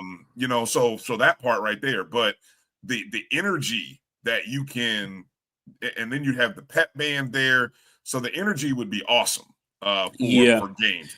And that's what sometimes can be missed when you go bigger, brighter, larger, and don't carry over with the winning as well.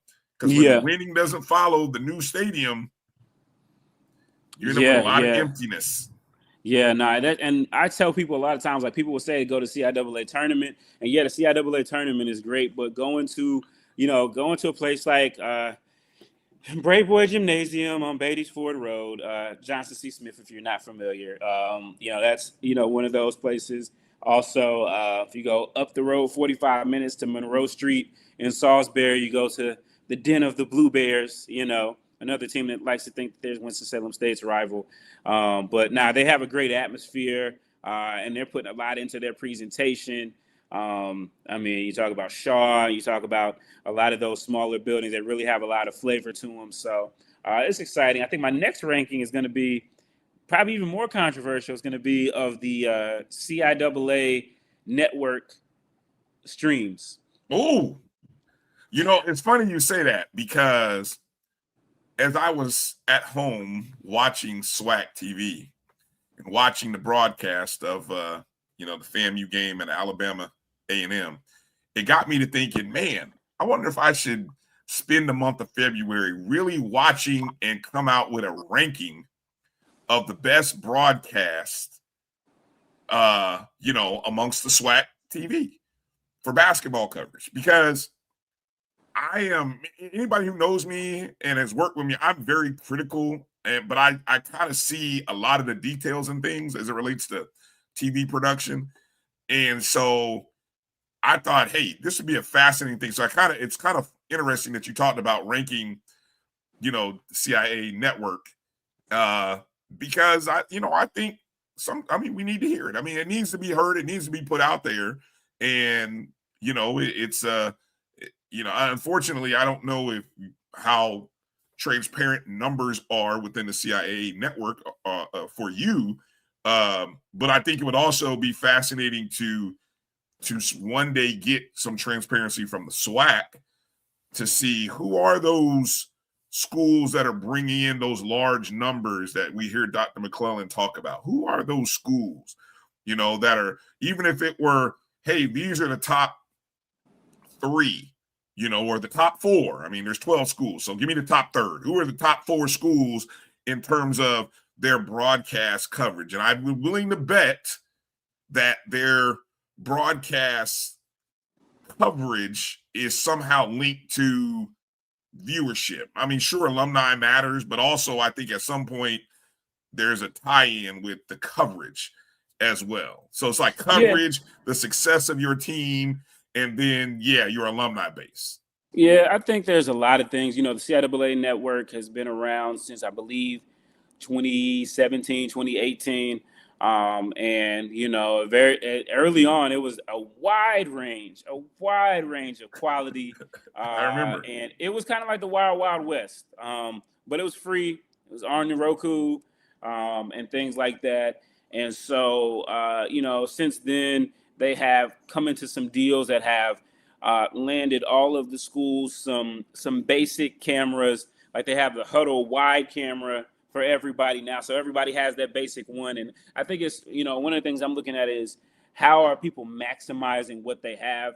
Because even within the same conference, even within the same state, there's varying levels depending on, sometimes it may depend on, your folks up top, your ADs, how much they are putting up on this. Some of it may intend on your sports information directors and how much energy and time they're able to put into it. I'll tell you right now, I give Fayetteville State a lot of crap here, but Adrian Ferguson at SID, a Livingstone grad and former SID at Livingstone and WSSU. We always have those ties back around. He does a really great job over there at Fayetteville State. Their broadcast, them and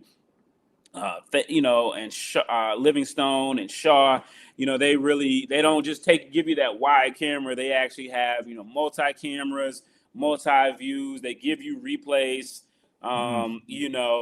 and they have graphics. Some of them have post game shows. So those are the types of things that I'm measuring and putting into my metrics as far as ranking the broadcast there, and then different levels of broadcast. Some have some really senior polished broadcasters who do a great job. My guy, John Emmett over VSU Voice.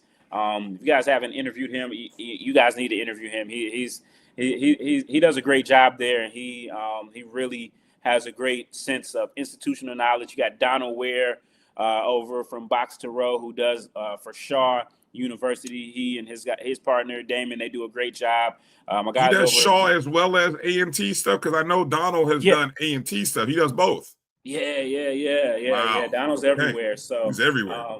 Him and the guys over at Winston, I love them too. Ken Winfrey and John Williams. So there's a lot of really good work that's being done there. Now some folks have gone with some young, mixed in an old veteran and some younger. So some of them aren't as sharp. Some of them need some work on their needs to work on trying with their pronunciations, and that ends up in our.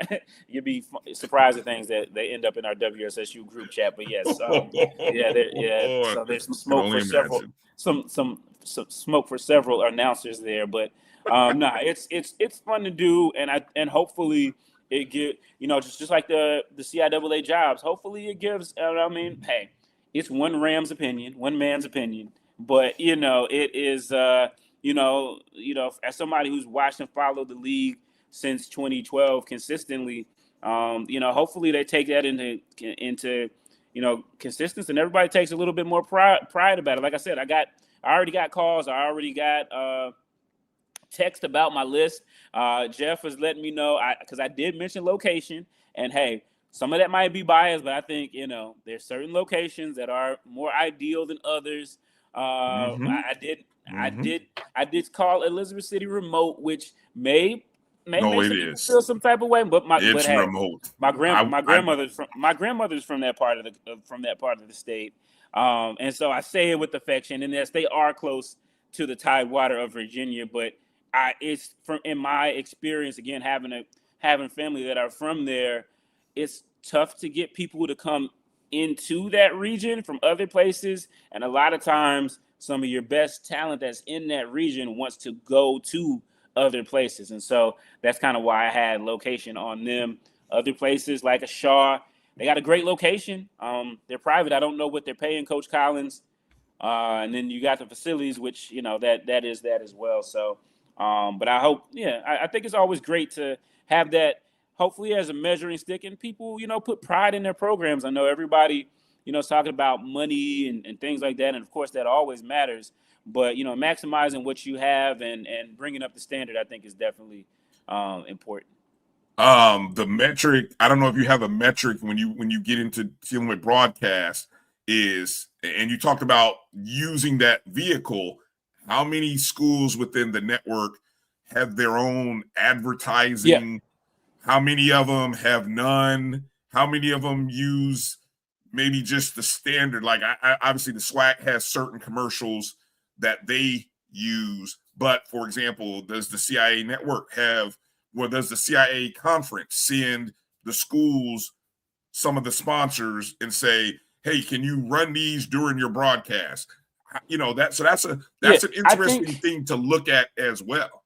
Yeah, I think the CIAA has some standard stuff that they have. I mean, obviously their CIAA branding, they have that there, and then I think it's kind of like, you know, I think there are some partners there, but some schools do run their own. Pretty much, I think all the schools run their own app. They're free to run their own advertisements as well. Some of them are, you know, just nice 30-second, clips, and some of them are like really infomercials of their university where they actually go in and interview students or interview student athletes and talk about it, during the halftime situation instead of just giving you a view of the court for 15 minutes or, so, and I'm going to tell you right now, I love WSSU. They're not going to be number one. Let me tell you that for the streaming. They're not going to be number one. But I'm trying to quantify everything that I do. And again, it's something that I think is it'll be good. It'll be good fodder. And I see Mo Carter talking about seeing rankings of the SWAC TV broadcast. I have a feeling, when I get to Baltimore for the CIAA, there might be some people that want to run up on me, but hey, that's usual. I'm used to that by now, so it'll be all good. But you know what? The fascinating thing about that, Steve, you will probably get people say, man, I'm so glad you did that article because you're calling out things that I've been saying we need to do for like at least a year or two. Yeah. And now that you said it. I know they're in Winston-Salem group chats, so they got to be in other people's group chats as well, like, what's going on. So some folks are doing a really great job. I mean, you can tell. I mean, again, like I said, I was over there the other day at the Fayetteville State game and watching the operation that Adrian Ferguson has over there, and he's been in this game, since the 90s, watching, the operation that he has over there. And it's like they're like a well-oiled machine over there. And it shows in their broadcast. So, hopefully I'm going to get that done this week. I've watched most of them, but I'm giving everything a view with some fresh eyes while we're snowed in anyway. So and no games are actually going on. There you go. I will definitely love the trade notes on your parameters and what you use and what kind of I've been thinking about over the last week. Well, I'll tell you, I mean, look. You already said some of it, most of your it probably. Announcers, your presentation. Do you have graphics? What are you doing for halftime? Right. Are you just letting people see the court? What's going on in the court if there's nothing special going on? All of those things. Do you have a post-game interview with your coach? Yes. Some schools do, some schools don't. Shout out to Mo Carter and Coach Petway. Really enjoyed. Look, despite the fact that I had to watch both of my Rattler teams lose at Alabama A&M, I did enjoy watching the broadcast and listening to the broadcast. Mo and Coach Petway are so locked in and so engaging and just very knowledgeable. So, when your team in the SWAC goes to Alabama A&M, it may be painful, that game that they play, but the broadcast, you will enjoy the heck out of the broadcast. It was painful to watch at times. And you noticed, and I mean, I think that's the other thing too. You notice when you look at the other broadcast versus your broadcast. So, again, I know every school is different. Every institution has different leadership and different things. But I love to see the growth in them. I've seen a lot of growth in some of them, not as much as in some of the others. And sometimes, you got to embarrass people into doing better. Ooh, you said it. Let's get into some of the top five, the new BCSN top five computer rankings. And again, for those of you who aren't familiar, we do top five rankings, all computer-based metrics for the Division I, Division II, and NAIA levels for men and women. So that's 6 different rankings. These are not polls. We didn't go out and ask voters for their opinions. We just put the data into the computer, and the computer spits out rankings. Oftentimes, it surprises people what comes out. But I will say at the end of the day, by the time the season's over, the computer 95.9% of the time gets it right. There's always anomalies, but I'd say most of the time they get it right. All right, let's see what we're going to start with here, Steve, because let me see if I have this set up in order. Yeah, here we go. Okay, so we're going to start over in the NAIA level with the women's top 5 rankings to begin the new month, February. In the hunt, meaning these are schools that fall outside of the top 5.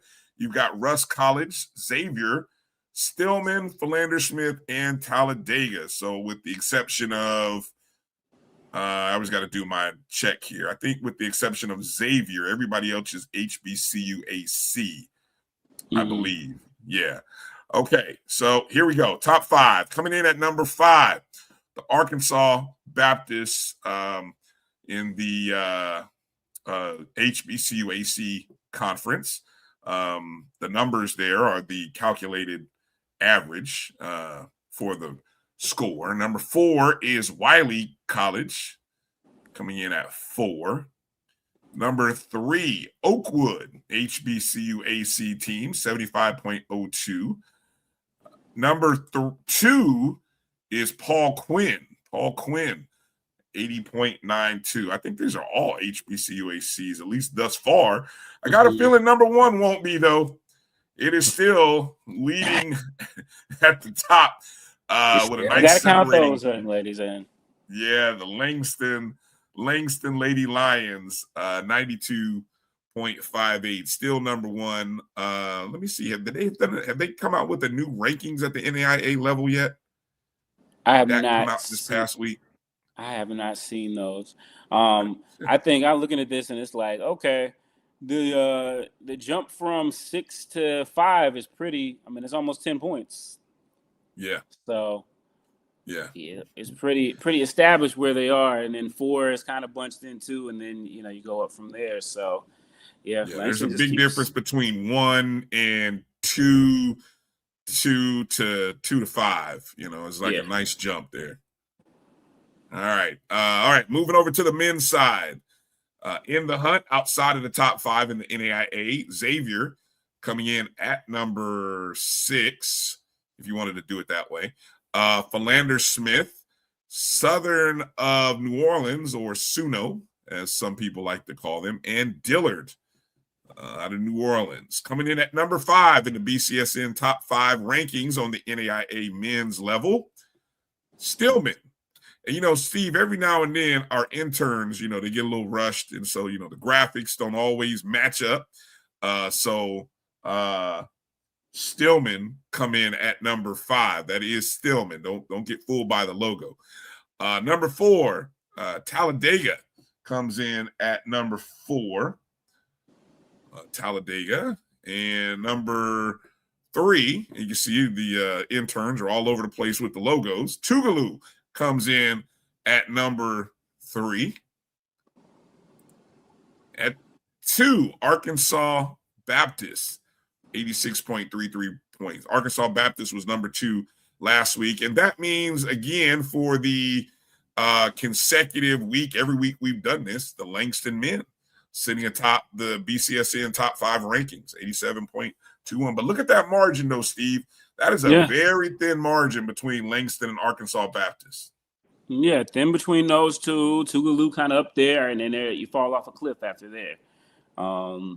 Talladega, Stillman there, and Xavier. So, I mean, again, Coach Wright and those guys, I mean, they seem like they can do no wrong at this point. So, everybody's that's expected, and it's like, until otherwise proven, or unless there's a collapse, everybody else is fighting for number 2. Do you think there is in football, when we do football, we kind of rank and group NAIA and Division II because of the scholarship situation. We rank them together. Do you think there is a similarity or or much of a difference between NAIA and Division II on the basketball front? It's tough to say. Here in North Carolina, I know for sure there's not a lot of NAIA. And I think I was looking at a map. There's not a lot of NAIA really on the East Coast.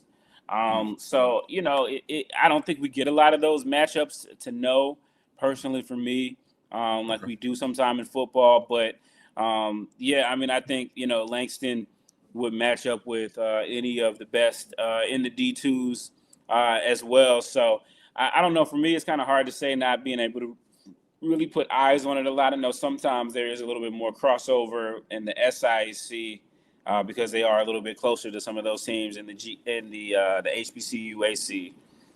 So I think more teams play basketball. So I like, because in football we only have 3 NAIA programs: Florida Memorial, Langston, and Texas College. And Texas College. Yeah, we only have 3 there, so it makes more sense there. Whereas with basketball, everybody in the NAIA plays basketball, so I think it's great to let them have their own poll and give them some shine, because then it's a little bit different. And to answer your question, Blue Jackie, yes, Coach Chris Wright is still the men's coach at Langston, and does an excellent job. And like I said, I just wonder, not that I'm pushing anybody to leave a job, but man, it makes you wonder. It's like, how much longer will he be at Langston? So yeah, and I'm told that on the football front, Arkansas Baptist also has a football program. Okay. We were talking about NAIAs, so they also have so 4 NAIA football programs. Let's take a look at the Division II rankings here as we get a little closer here in the NCAA. This is the Division II women's top 5 rankings. Just outside of the top 5, Virginia State, Clark Atlanta, and Allen. Just outside of the top 5. That means number 5 from out of the SIC, Lane College. Lane having a good season this year in the SIC. I was just looking at the standings for Lane, sitting in second place by about, about 2.5 games behind Miles. I mean, if Lane can finish as a 2 in the conference, I think that'd be a major accomplishment on that side of the division for Lane. Number 4, Edward Waters, the Tigers, coming in at number 4, right there in Jacksonville, part of the SIAC. Edward Waters currently in first place in the Eastern Division of the SIC, 16-4 overall, with a 1-game lead over Clark Atlanta. Coming in at number 3, the Rams, formerly number 1, dropped a couple of spots after the loss to Fayetteville State, but they did rebound with the win against Johnson C. Smith. So the Rams fall a little bit. And speaking of, Fayetteville State coming in probably just by the nature of that win, coming in at number 2. And the new number 1 on the Division II rankings, Miles. Miles is, I believe they were 1 when we first dropped the rankings, then Winston-Salem jumped them, and then Miles sits back. But look at that point differential between Miles and Fayetteville State, Steve. It's not much. Yeah, I mean, they, Miles nationally ranked, as is WSSU. They have, they had, it's interesting though. They dropped one what was it? I'm sorry, not this past. So they dropped one recently as well. It's 17-3. It's interesting. I can't argue with Fayetteville over Winston-Salem State at this point. They did beat the Rams, and it's by 15. If you were at the game, it was a 5-point game with about 4 minutes to go, and then Fayetteville State just kind of put on the gas, and the red wave was diminished. But it's interesting with me with the CIAA and the SIAC. Their philosophies on scheduling are so much different. And we can talk about this with the men as well. They play so many conference games against each other, whereas the CIAA, you might get a couple early December. You get a couple games in December that'll be conference games, but the conference season really doesn't start until just now. So I mean, it's hard to go. Again, Miles nationally ranked, Fayetteville State, and then Winston-Salem right underneath them. I think the points are right. Maybe the order's off, but I think the points are right. And I think those are the top three by far. So, how many conference games are they playing in the in the CIAA? Because I know they're playing 20, if I'm not mistaken, in the SIAC. Well, right now I'm looking at Miles. They played 17 conference games with 1, 2, 3, 4, 5, 6, 7 left to go. And is it really that many? I thought it was less than that. Really? Yeah, wow. They play like, what is it, 24 games, I want to say? So maybe it is 20. Okay, I thought it was 20, but you're okay, 24. Good Lord. Yeah, it's 24. It's 24. And then, I mean, by contrast, Fayetteville State is 15-2 overall, all right? So they played 10 conference games. So if you look at Fayetteville State, they played Shippensburg, Millersville. These are people that are going to be in the regional rankings. This was part of a CIAA PSAC challenge. And then you got UNC Pembroke, who's, right next door to them. They played, a couple other regional programs as well. So it's interesting. But I think it'll all come out in the wash. I did not see, and I talked to Coach Tyrese Brown, the head coach over at Fayetteville State,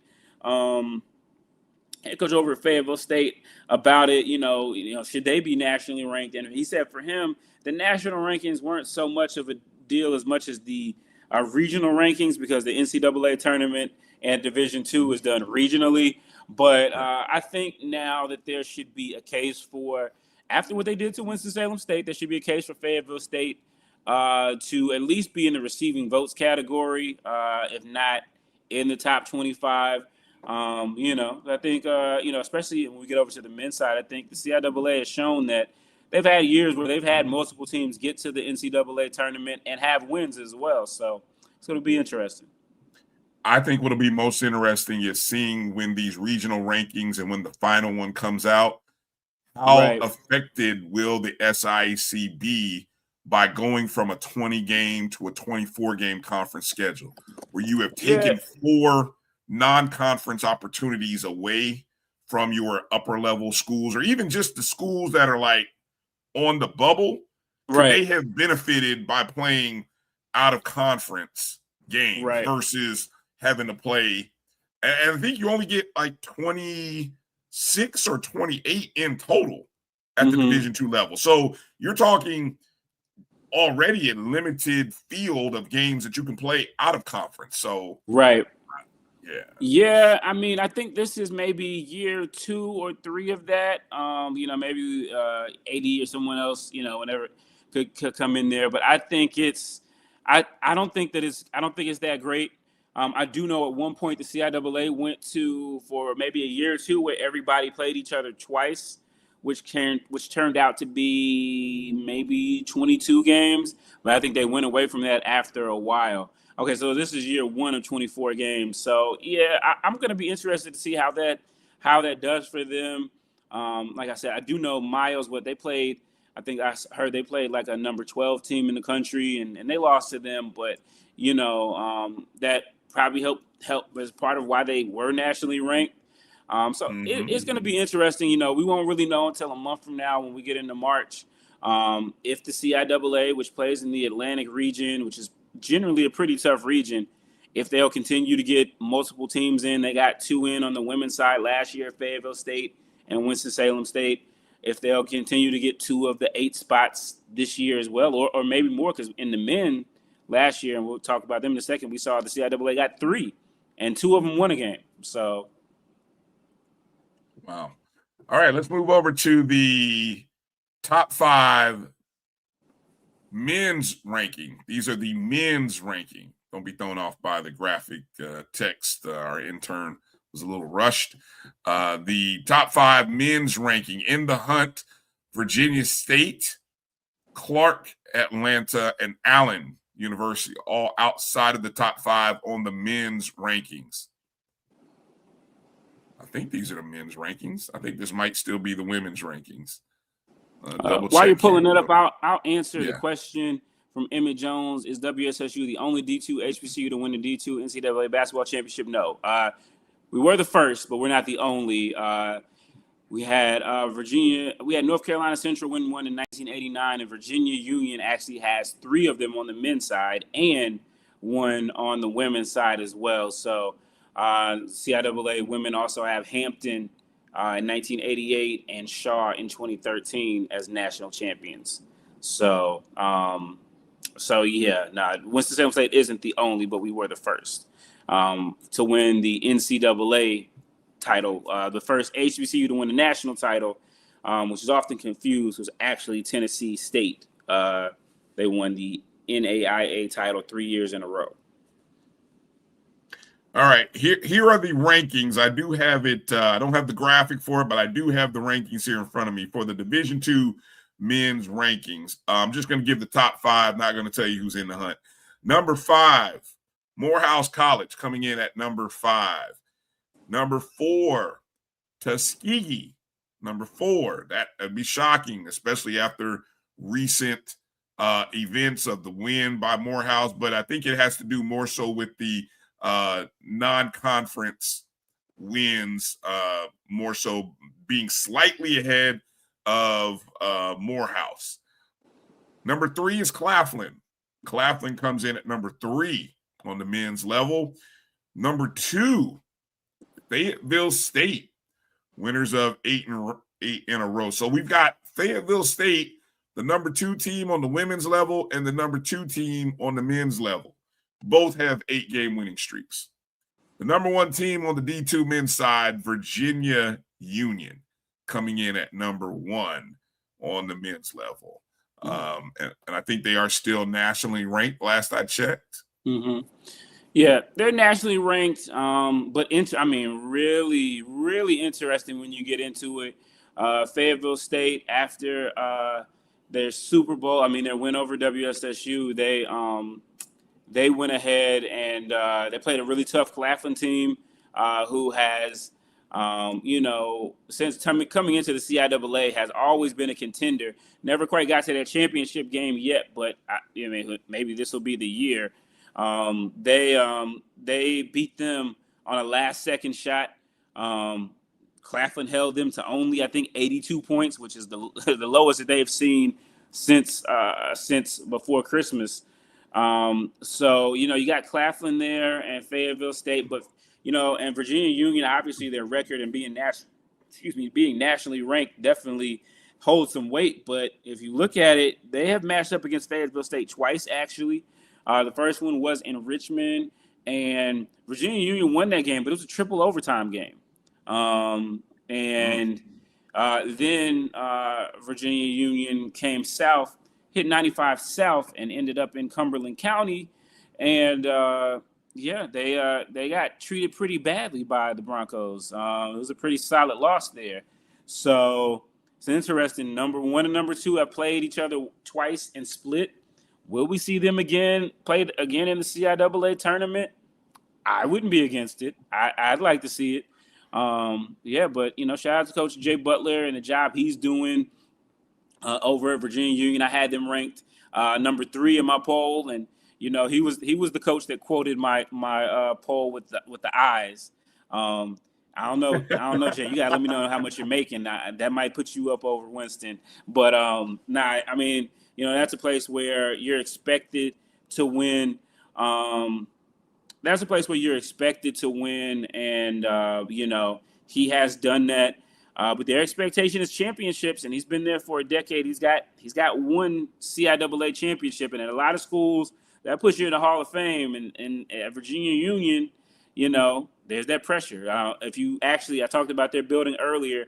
If you go to their building, etched in stone, because it does look like it is it does look like a building from the Pantheon. It literally does. If you ever Google it, it says 4-time national champions. That's etched into the stone of their building. So that's the expectation there. Jay has had some teams that have been really good, 20 plus wins in the last couple of years. One of them was the one that fell to my WSSU squad back in 2023, but they were able to get a bid. It's really fascinating at the CIAA. Can Claflin get their first CIAA championship? Can Devin Hearn pick it up in his first season at Fayetteville State? And then can Virginia Union finally get back on top of the throne? And then even down there in the hunt, they're not on there, but I do see they're listed Bluefield State. I mean, Coach DeLessio was, I'll say it, banished to Bluefield State. They don't have, I think they're getting a band, but they don't have cheerleaders. That's been my saying, the last couple years. Bluefield State doesn't have cheerleaders? They don't. I think they're working on it. Bluefield State is an interesting story, but the work he's doing there, and then you can't count Coach Lonnie Blow and his guys out. They're the defending champions. Everybody forgets they've had it pretty rough, but you never know once we get into CIAA tournament play. So there's just a lot going on, and then obviously you got Morehouse and Tuskegee, the Cuffs Classic. The Cuffing Classic. Maybe that'll be we'll brand it now. So and Clark Atlanta and Miles there too. Don't we, Steve? Don't we have to somehow start talking it into existence? Obviously, the schedule and the results will speak to this happening. But don't we just have to have Bluefield and Fayetteville State on the same side of the bracket? And I'm talking like I got to have Fayetteville State with the double bye, because the double bye is the kiss of death, in my opinion, from what I've seen. And Bluefield to have to play maybe the first game in, so that way they get 2 games in a row under their belt by the time they play Fayetteville State. I think that is the scenario that would be the kiss of death for Fayetteville State. Well, if it keeps going, here's what I see. I see Fayetteville State, if they can hold off Claflin, and they got the upper leg on them right now, and win the CIAA South, they will have a bye. The tournament starts on Tuesday. They will play on Wednesday against one of the lower seeds, which, if my Rams are lucky enough to win on Tuesday, they'll probably be the sacrificial Rams on the men's side. No pun intended. I'm taking right now, I got in my bracket, I got Virginia Union and Fayetteville State getting the number 1 seeds, which means they play on Wednesday, and then if they advance, then they play on Friday in the semis. So I've got Bluefield State getting the number 2 out of the 2 or the 3 out of the North, which puts them, if I'm not mistaken, playing on. They don't play until Thursday, and so then they play on Thursday, and then if they win, then we could see on the CIAA Friday night. We could see Fayetteville. I would love to see Fayettille versus Bluefield State. Please. And then please, basketball gods, lower G, please. And then VSU and VUU play each other. Oh, God. What an epic Friday night that'll be. Yeah. I got another scenario. I'm gonna go ahead and throw it out there for you too. It's probably not gonna make people feel that great. But I'll give you guys the stuff free. But I also have in the semis. I have Bluefield State, coached by my guy Paul Davis, taking on Fayetteville State in the semis, taking down the Broncos. And then I've got Winston-Salem State and Coach Terry taking on Virginia Union. Ooh, wow. Taking down her old team. And then I got my 2 Rams that I went to school with in the D2 transition era going head-to-head for the CIAA championship on Saturday. That's the, and because I said it like that, it probably won't happen like that, but if it does, please clip this. Please clip this. You heard it here, February 1st, the first day of the month. Steve speaking it into existence, trying to make it happen. All right, let's go to the Division I rankings here. These are the Division I BCSN top 5 for the women and the men. Starting out in the hunt, Norfolk State and Alabama State just outside of the top 5 on the D1 side. Coming in at number 5, Alcorn State. How about the big bad The Alcorn Lady State Braves? Bison. I gotta talk to the intern. I gotta tell the intern to pay attention to these logos. I know it's hard. Maybe we have to come up with another method here. I love but I'm not gonna poo-poo on having interns. You know how hard it is. I get it. And then there you go. See, the Howard Hawks. Okay. The Howard Jesus. Pay attention to the words, folks. Don't worry about the logos. Howard comes in on the women's side at number 4. Number 3, Maryland Eastern Shore. I mean, just switching conferences here. Maryland Eastern Shore. Jaguars, right. With a very slight margin over Howard. Right. I believe Maryland Eastern Shore is still unbeaten in conference. Yeah, they are. They are unbeaten. I'm surprised to see them this low, but Exactly. That Alcorn State Bison versus North Carolina A&M game was wild. Exactly. You guys got it. I will tell the intern about relying on AI. Thank you, them boys. It's a great lesson to remind the young people, but I'm not gonna poo-poo to help. So it's just a lesson to learn. Southern Bulldogs coming in at number. Jesus, this is so much right now. This is so much. Southern comes in at number 2. This is live. I just want you all to know this is live television. This will obviously be fixed when we post these out on social, because God help us that we post it on social and it look like this. But have fun with it while you can. And the number 1 team, not the Jackson State Rattlers.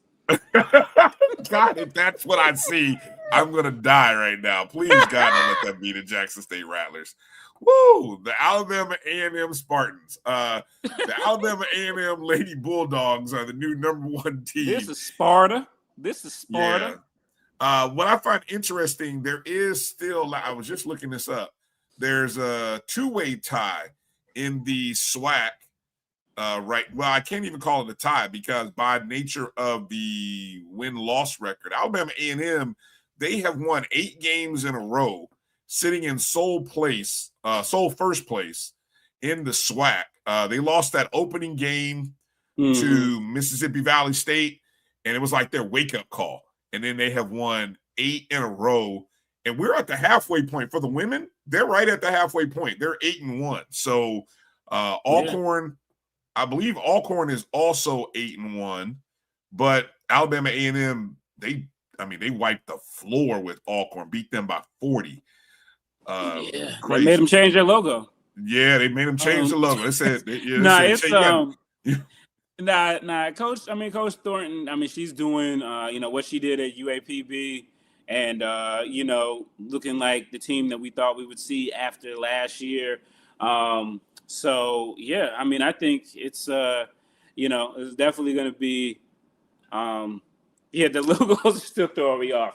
But between Alabama A&M, Southern, and then I know they're looking bad, but I just have the feeling that at some point Jackson State is going to wake up. The Jackson State Rattlers are going to wake up and have a say in this, or maybe even the FAMU Tigers. Who knows? Oh, Lord.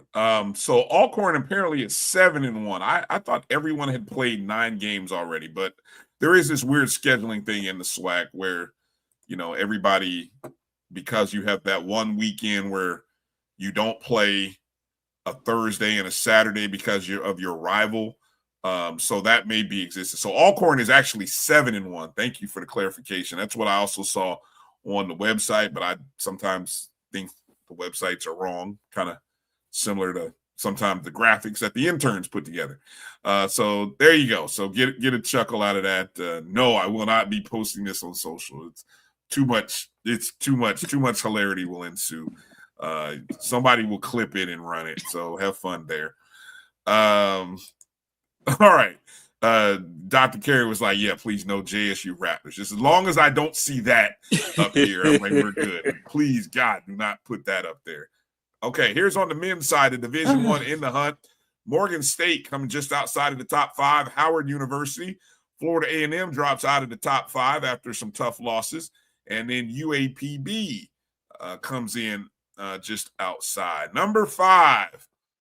Men, the Alabama A&M men got a good win at home against Florida A&M on Saturday. They will get ready for a contest against Bethune-Cookman. That's going to be a barn burner. That's going to be real good. Number 4 is North Carolina Central. Quietly a team that nobody's talking about. You remember we always were talking about North Carolina Central, but after a couple of bad seasons, or well, I'll say less than what we had grown to expect from North Carolina Central. I don't know how you want to frame it, bad or less than, whatever. Look who's back in the top 5. I guess we got to pay attention again to Coach Lavelle and North Carolina Central again. Number 3, Maryland Eastern Shore suffered their first loss on the men's side. I wonder how much of that delay, how much being away from probably maybe almost 10 days where they didn't play a game. I wonder if that had an effect on them. I had a nice streak going. But they dropped to number 3. Also, number 2, Tennessee State. Actually kind of in a tie in terms of points. So technically we could say Tennessee State and Maryland Eastern Shore both tied at 2. Nolan Smith doing a great job there in the OVC for Tennessee State. And number 1, the Wildcats, Hale Wildcats, the Bethune-Cookman University Wildcats. Coach, I should say Coach, AD, and VP Reggie Theus he now got 3 jobs now at Bethune-Cookman, and he's got a team that they take on Alabama A&M on Monday. That's going to be the game. I think that might be your game of the night in the SWAC. Number 1 Bethune-Cookman versus number 5 Alabama A&M. Should be a good game. Thoughts there on that top 5, Steve? Yeah, you kind of knew coming in, Dante Jackson was going to work his magic over there. I'm kind of seeing some parallels here between Alabama A&M and Fayetteville State. Is Alabama A&M the Fayetteville State of the SWAC? Both of their teams are in the top 5. Conference switcheroo in coaches. Nice building. Maybe not the team. So it's just interesting. But yeah, so Alabama A&M in the hunt. Like you said, Central is they had it rolling until that. They had it rolling until COVID-19. Literally, I mean, they had won 3 championships in a row. They were going for number 4 and looked like the favorite. And then I was there that day in Norfolk when the world shut down and they didn't get a chance to get out on the court again. And since then, they have struggled. It used to be like you just knew they were going to get to the championship game, but they've only got to Friday night once since then. And how much of that has to do with the football program having some success and maybe them having to pull some resources over there. Always interesting dynamics going on there. Coach Moulton didn't forget how to coach. And so, they've had to adjust in this NIL era, which he's been, every year he lets you know he's not a big fan of, but it is what it is. I think interesting too, you got down their numbers. I think even really more for me, when you look at the MEAC in terms of your teams that are, I guess would be 6 and 7, Morgan State and Howard. Howard, again, Coach Blakeney has turned that program into a job that, it hasn't been, we're talking about turning jobs.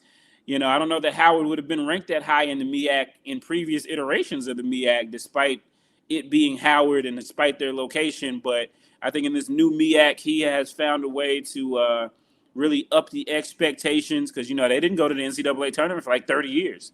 So, and then you got Morgan State. Morgan State, you know, yeah, they look nice all right now, but they got to show me something. You know, Coach Brodus has been there as long as Coach Blakeney has. And, you know, 15 years ago, Morgan State was running the MEAC right before Norfolk State and Central got used to be in Division I. So, you know, how long they're going to have to do a lot more to impress me. I'm not going to be a believer until I see them cut down the nets in Norfolk. But you know, Maryland Eastern Shore, tough loss for Coach Hill and those guys, but again, they hadn't played in forever. You know, I've seen enough of him to know that I'm not counting them out from winning this all this year. I'm really not. And again, I saw with my own eyes over at WSSU where he won the CIAA his second year there, and I think when he was at Shaw, it might have been his third year there. So it doesn't take him long to turn a program around, and he knows he's a master motivator. And I think this is a blip on the radar for them. And I know everybody's talking about Bethune-Cookman, but you know, Tennessee State, I mean, they're looking pretty good right now. So you know, we'll see. Emmett says, "Is Norfolk State's dynasty over?" I don't think so. Let's back up, Emmett. Slow down. I mean, you got to think what season. Come on. You got to think what Coach Jones has done with that program.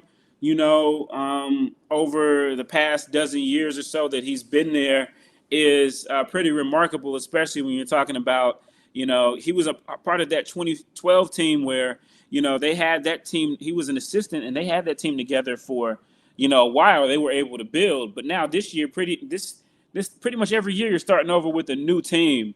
And you have to figure eventually that's going to catch up with you, or your luck of your draw may run out. Maybe this is it, but hey, the tournament's still in Norfolk, and I mean, you know, depending, you know, there's always this saying, and you know, maybe it's real, maybe it's not. You know, they need Norfolk State there to make some money at least till Friday.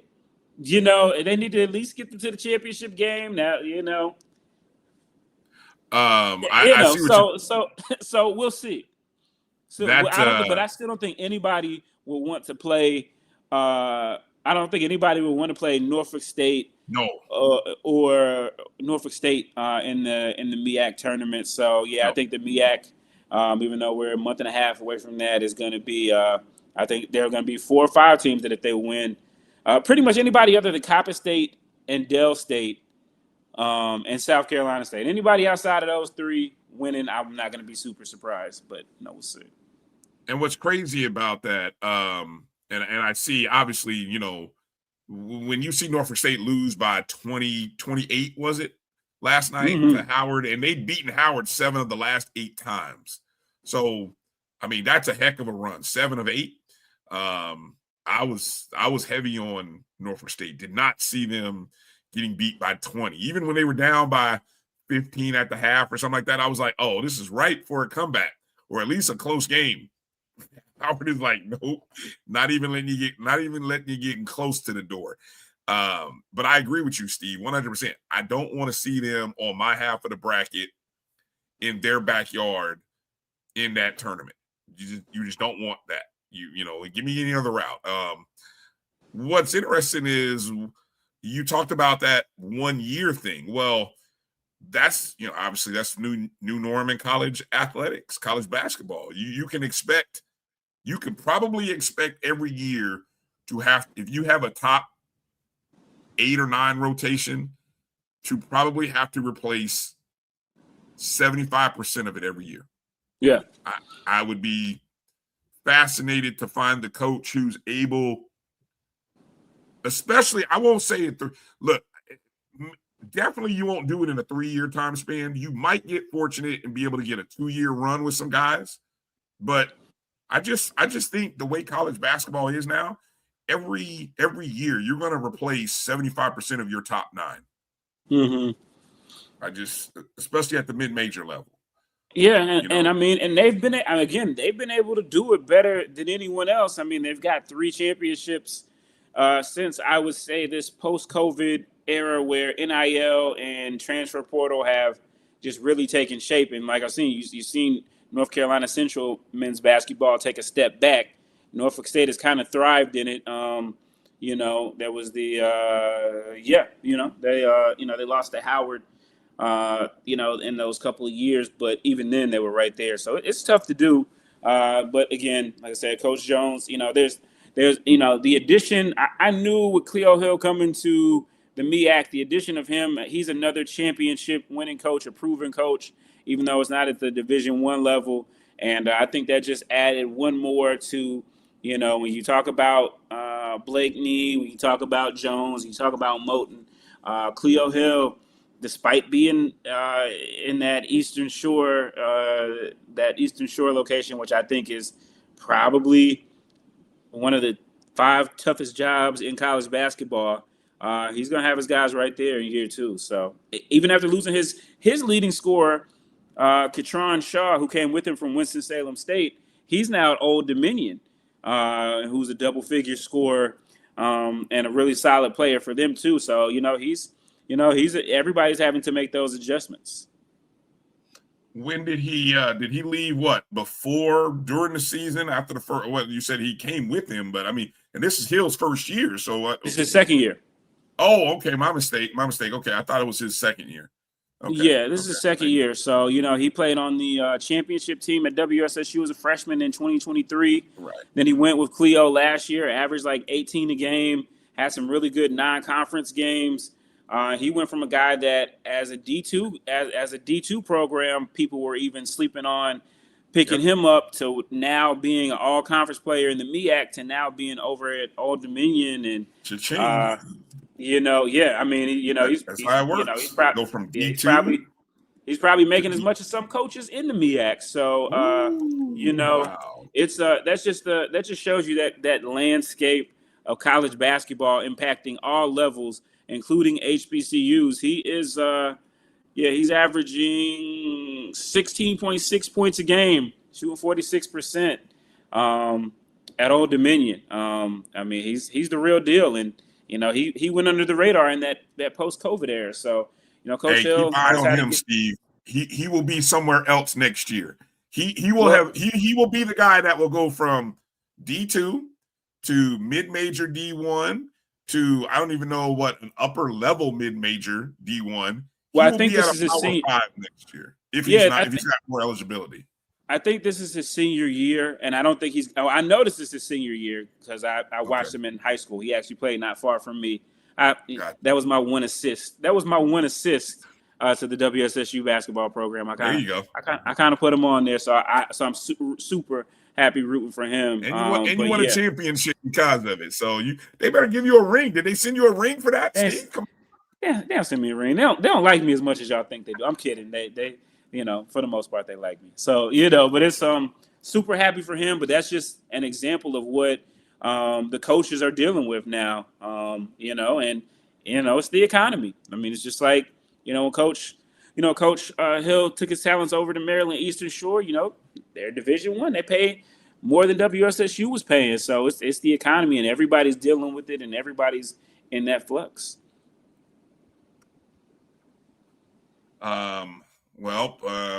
The top 5 rankings will be posted on all the social media handles. Correct graphics, because I know you guys got a hoot. I wish we could do the wrong graphic thing, but that everybody doesn't take the jokes well. So, but no, I mean, all credit, congratulations to those teams who are in the top 5. It continues to fluctuate and move, and so we'll continue to keep our eyes open. Again, big game Monday night in the SWAC. Bethune-Cookman traveling to Alabama A&M. That might be the feature SWAC game to look at going into this game. What's that? Oh, 80. Let's see. Some interesting. Wow. Okay. Real quick before we close up tonight, Steve, obviously with this being Super Week, the beginning of Super Week, and the Super Bowl, which will be next Sunday, just kind of a little public service announcement for those of you who watch our show. I will tell you now, 80 and I will not do a show tomorrow night or next Sunday night. I know me, I'll be watching the game somewhere, somehow. AD is obviously traveling as Morehouse Baseball, I think, is in New Orleans this upcoming weekend. So I don't even know if he'll be back somewhere. So, but we're tossing around the idea of doing a Sunday morning show.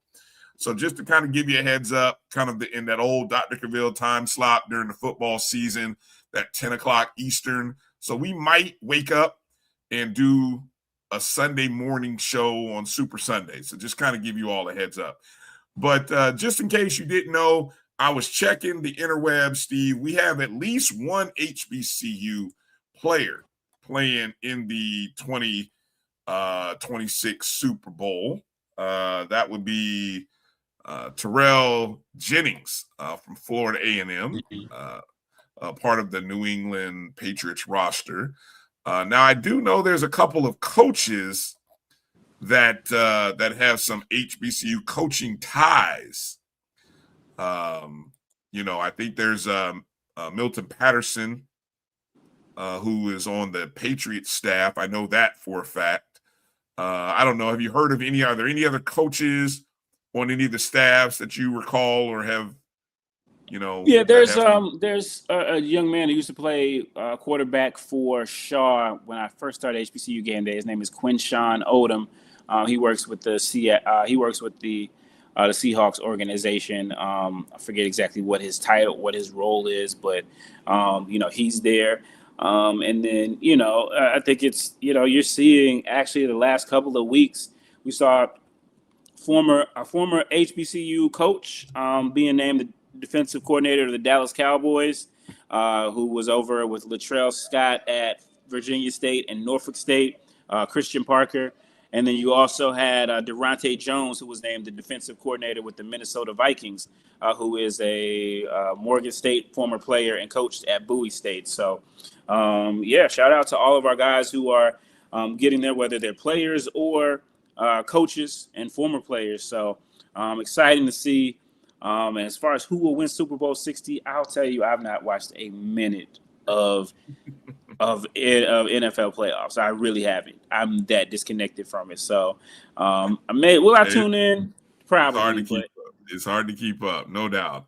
You guys in the chat, New England or Seattle, you guys post your responses there in the chat. I just cannot in any lifetime root for the New England Patriots after the years of misery that they caused me. And I just do not want to go through another decade of a Patriot dynasty, whatever that may look like, even though I think they have a coach and they have a quarterback. And I'm just like, God dog it. Those are the two things that if you have, you can do anything. And they got a defense. So it's like, I don't know if their quarterback is healthy. That's sort of the X factor. I don't really know if their quarterback is healthy enough to win it this year, but I think they got one. But I'll be pulling for the Seahawks. I think that's where I'll be going. I thought about, you guys stay locked in with our social media, with my social media. I may do a squares contest, a Super Bowl squares contest. I may do a prop contest where I put something out and you guys pick, maybe 10 or 15 Super Bowl props, might have a prize set up. So, trying to do some things to engage, and hopefully you guys who are going to be watching next Sunday give you something to enjoy. Any other football related notes that you come across, Steve, before we close up shop tonight?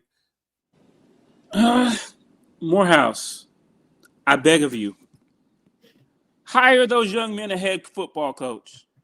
Please get it done. Please get it done. Bring some order. But I think the report did come out. Dawson Odoms is supposedly the choice over at Bowie State. So that'll be interesting. this will be the second time in a couple of weeks we've seen a former Division I coach come to the D2 ranks. That Bowie State job, is an interesting one. Obviously, Damon Wilson.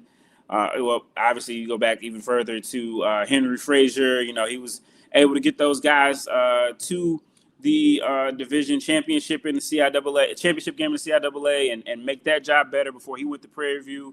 And then Damon Wilson was able to take it and run the show over in the CIAA after a couple false starts. And so, things didn't work out for Kyle Jackson. Going to be interesting.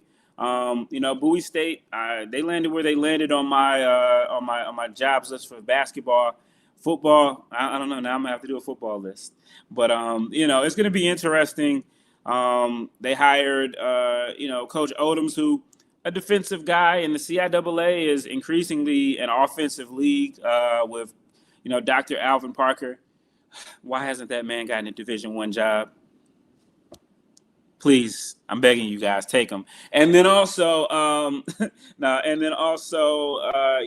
Johnson C. Smith, and the head coach over there.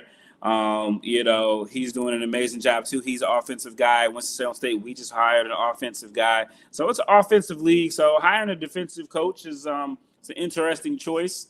You got to be able to score points. So it's going to be fascinating. It's going to be fascinating to see what the new look CIAA looks like with Dawson Odom, who actually played in the CIAA when he was at North Carolina Central. They were in the CIAA, so excited. He's a good guy. Always, low key funny. A lot of people don't necessarily get his humor, but he's low key funny, and always, everyone who's played for him has nothing but good things to say about him. So, I wish him luck other than October 10th when they come down to Bowman Gray Stadium. There you go. I'm sure at some point next week or the week after, we'll have more schedules that are starting to release. That was the other part, yeah. It's interesting. If you haven't noticed, over in the CIAA, I know a couple years ago, SIC was the first to make the shift to no divisions, and that kind of shook up their thing. And then you've noticed the last couple of years where games have counted for some teams and not counted for some teams after the CIAA went to one division. All of that is from St. Augustine's dropping football, and there was a north-south schedule. So now it's literally all one league, and we're starting to see that some of the games are going to be played earlier that are traditionally played at the end of the season. So I know Winston-Salem State, we don't have our schedule out yet, but I did see Johnson Smith put their schedule out, and we usually play that game the last weekend in October. That game has now been moved up to September 12th, which means that it's probably going to be a night game. And I don't think we've ever had a night. I don't know that we've had a night game against Johnson C. Smith in eons. So that'd be pretty interesting. So I think it's good. I think on the back end, everybody still has their rivalry games. They'll put Fayetteville State on there. They're not really our rival, but they'll put us on there with them. But you still see Virginia State, Virginia Union. You still see Smith and Livingstone. All of that's going to be at the end, but it's kind of mixed up. You got some teams playing conference at the beginning of the year. So I think it's going to be good. It's going to shake some things up. You kind of get used to that rhythm every year of knowing you'll see certain opponents at a certain time. But I think it's good to shake up. The shake-up is going to be good. And shame if the CIAA and the SIC cannot get together and come up with a one weekend. Give me at least 6 matchups between SIC versus CIAA.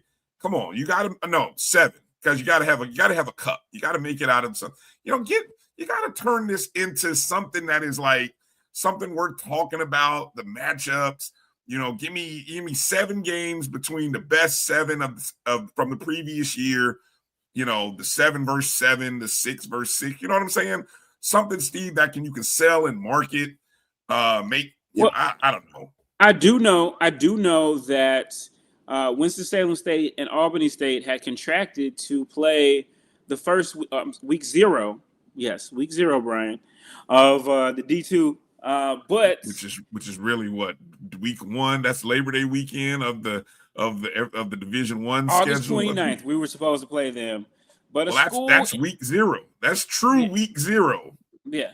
But a school in Tallahassee, and I'm not talking about the ones that do the tomahawk. Apparently they came in, took our game, offered them some money, and they so Money they're going to be there now. So we'll see who we have for our week 0. So Quentin Gray will be facing off against his former team in his debut as a head coach. That's pretty cool for them. Look, my thing is, get us a money game and get us a good game against a D2 opponent, and whoever it's from, just make it make sense. I wouldn't mind us playing. I wouldn't mind WSSU taking on Clark Atlanta in a home and home. The battle of the Reds. We're the two schools who actually have proper red as our main color. A lot of people, it's their accent color. You have red, black, and white. Red, black, and white. Isn't that the 3-color scheme? Yeah. So black is not officially a WSSU color. Okay. It's scarlet and white. Those are our colors. Thank you. And it used to be blue was the accent, then they changed it to black. I'm fighting for them to bring back the blue. But now I've never seen the blue. What year was that? I've never seen the blue. This was in the 70s, 80s, and 90s. They changed it around the turn of the century. So I've got a whole campaign on bringing back the blue. But in the meantime, let us play Clark Atlanta. Give us a chance to go to Atlanta, or we owe Tuskegee now. Now that we got a new head coach, Torrey Woodbury, who defeated Tuskegee in the Red Tails?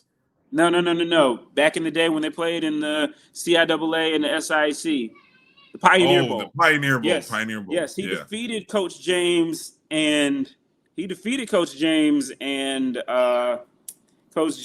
Tuskegee in the Pioneer Bowl one year. They got him back the next year. But we enjoy playing Tuskegee. They had that neutral site game over there in Montgomery, but come on.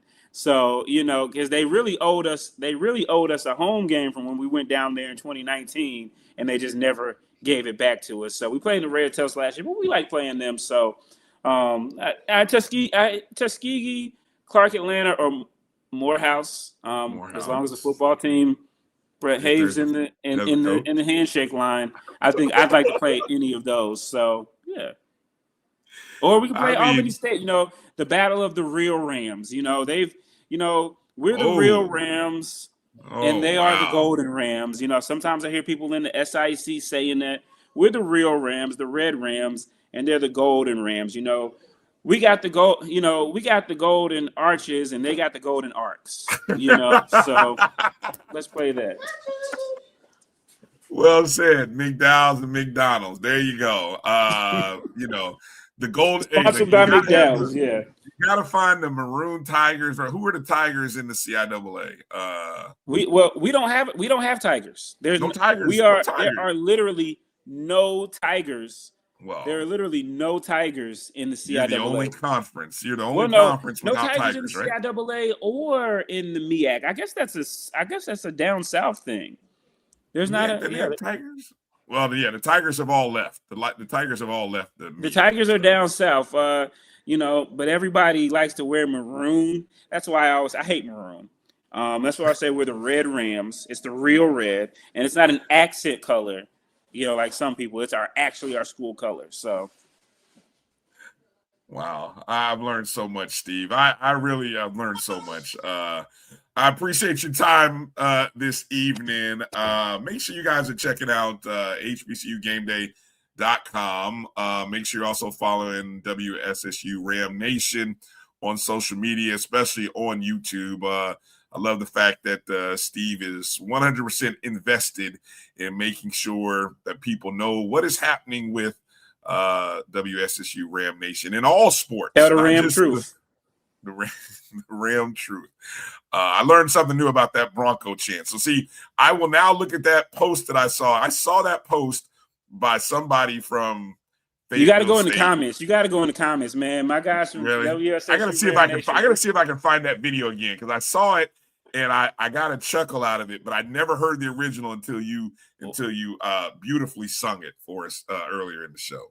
Yeah, we really ramped that up. We really ramped up in the comments. So we had a good time with it, man. That WSSU Blue over there in Fayetteville, they want significance so bad. As we close the show again, I did come across an article. We're now 28 and a half hours since the incident that occurred at the house involving Tuskegee head coach and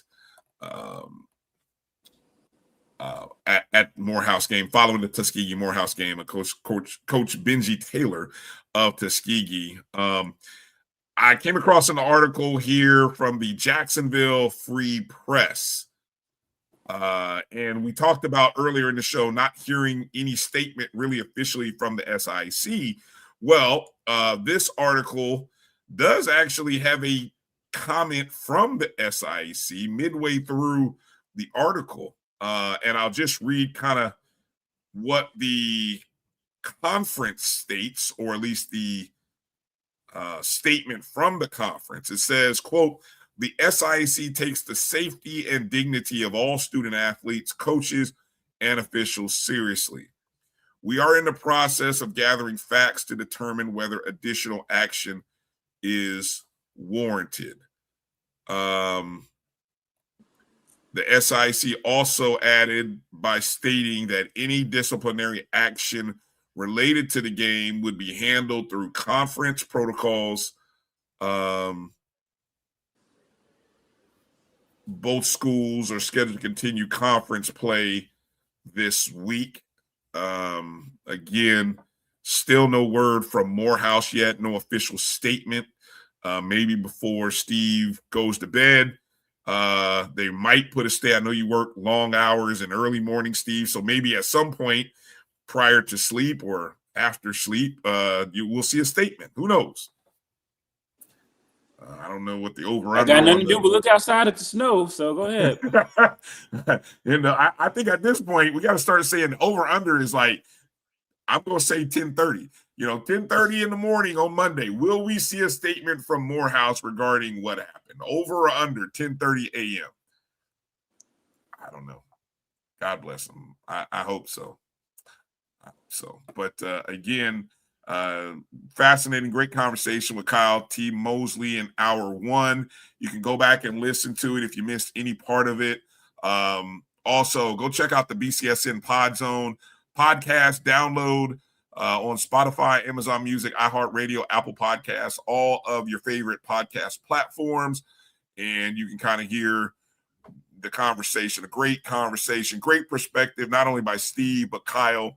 For those of you who kind of want a little behind the scenes on how two of HBCU's best journalists kind of cover a story like this. And so please make sure to check out their content on the websites, but you can also go back and listen to hour one and get a good perspective on the incident. So we'll see what happens.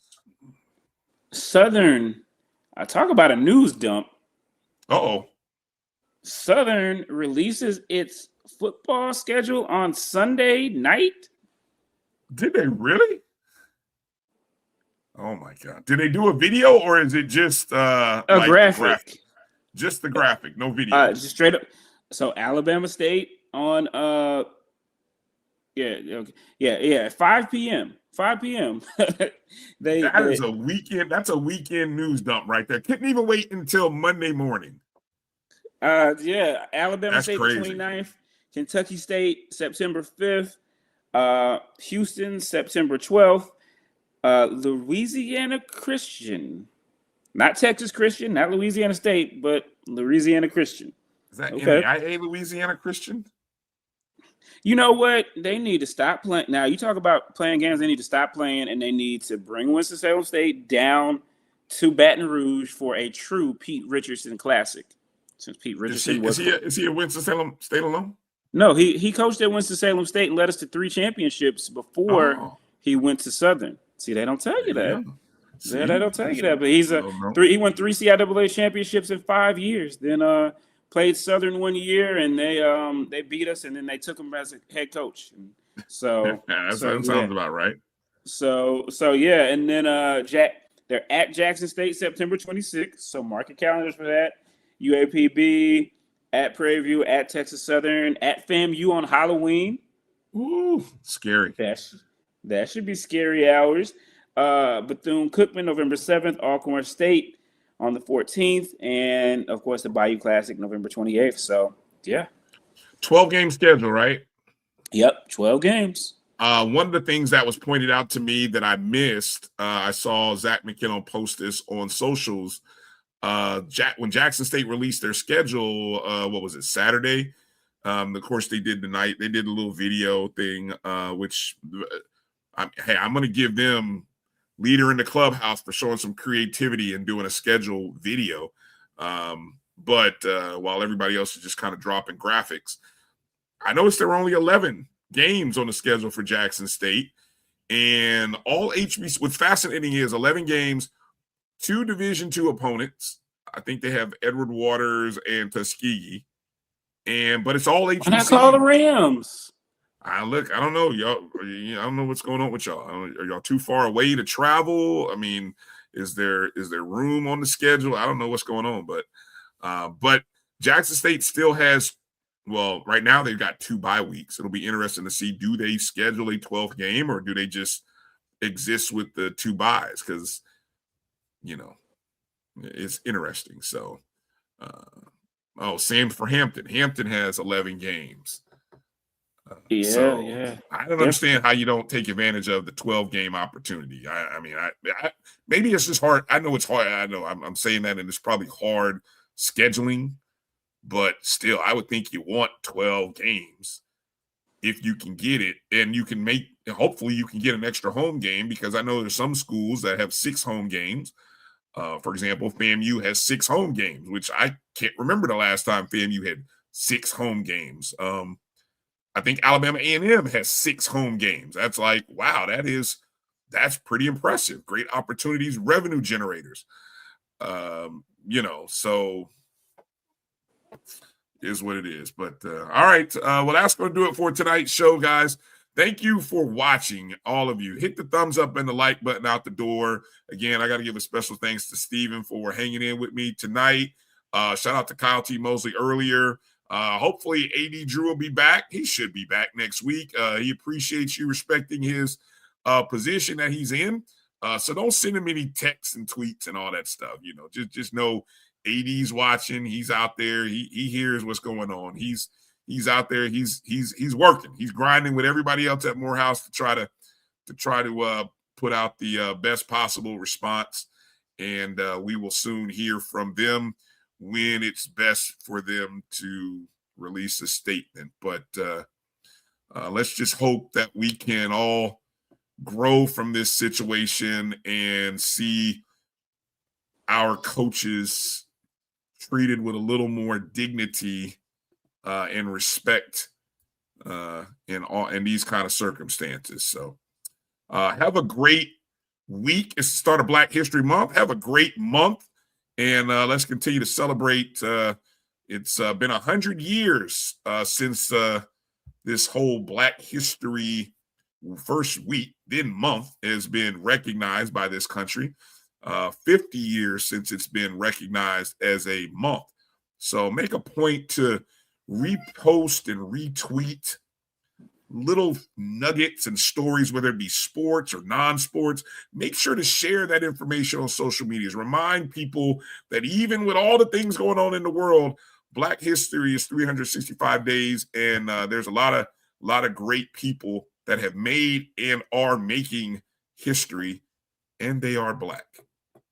There you go. All right. That's going to do it. Be well, everybody. Have a great week, and we'll see you soon on the other side. This has been the BCSN SportsWrap right here on the Black College Sports Network. We'll talk at you later. Peace out, everybody.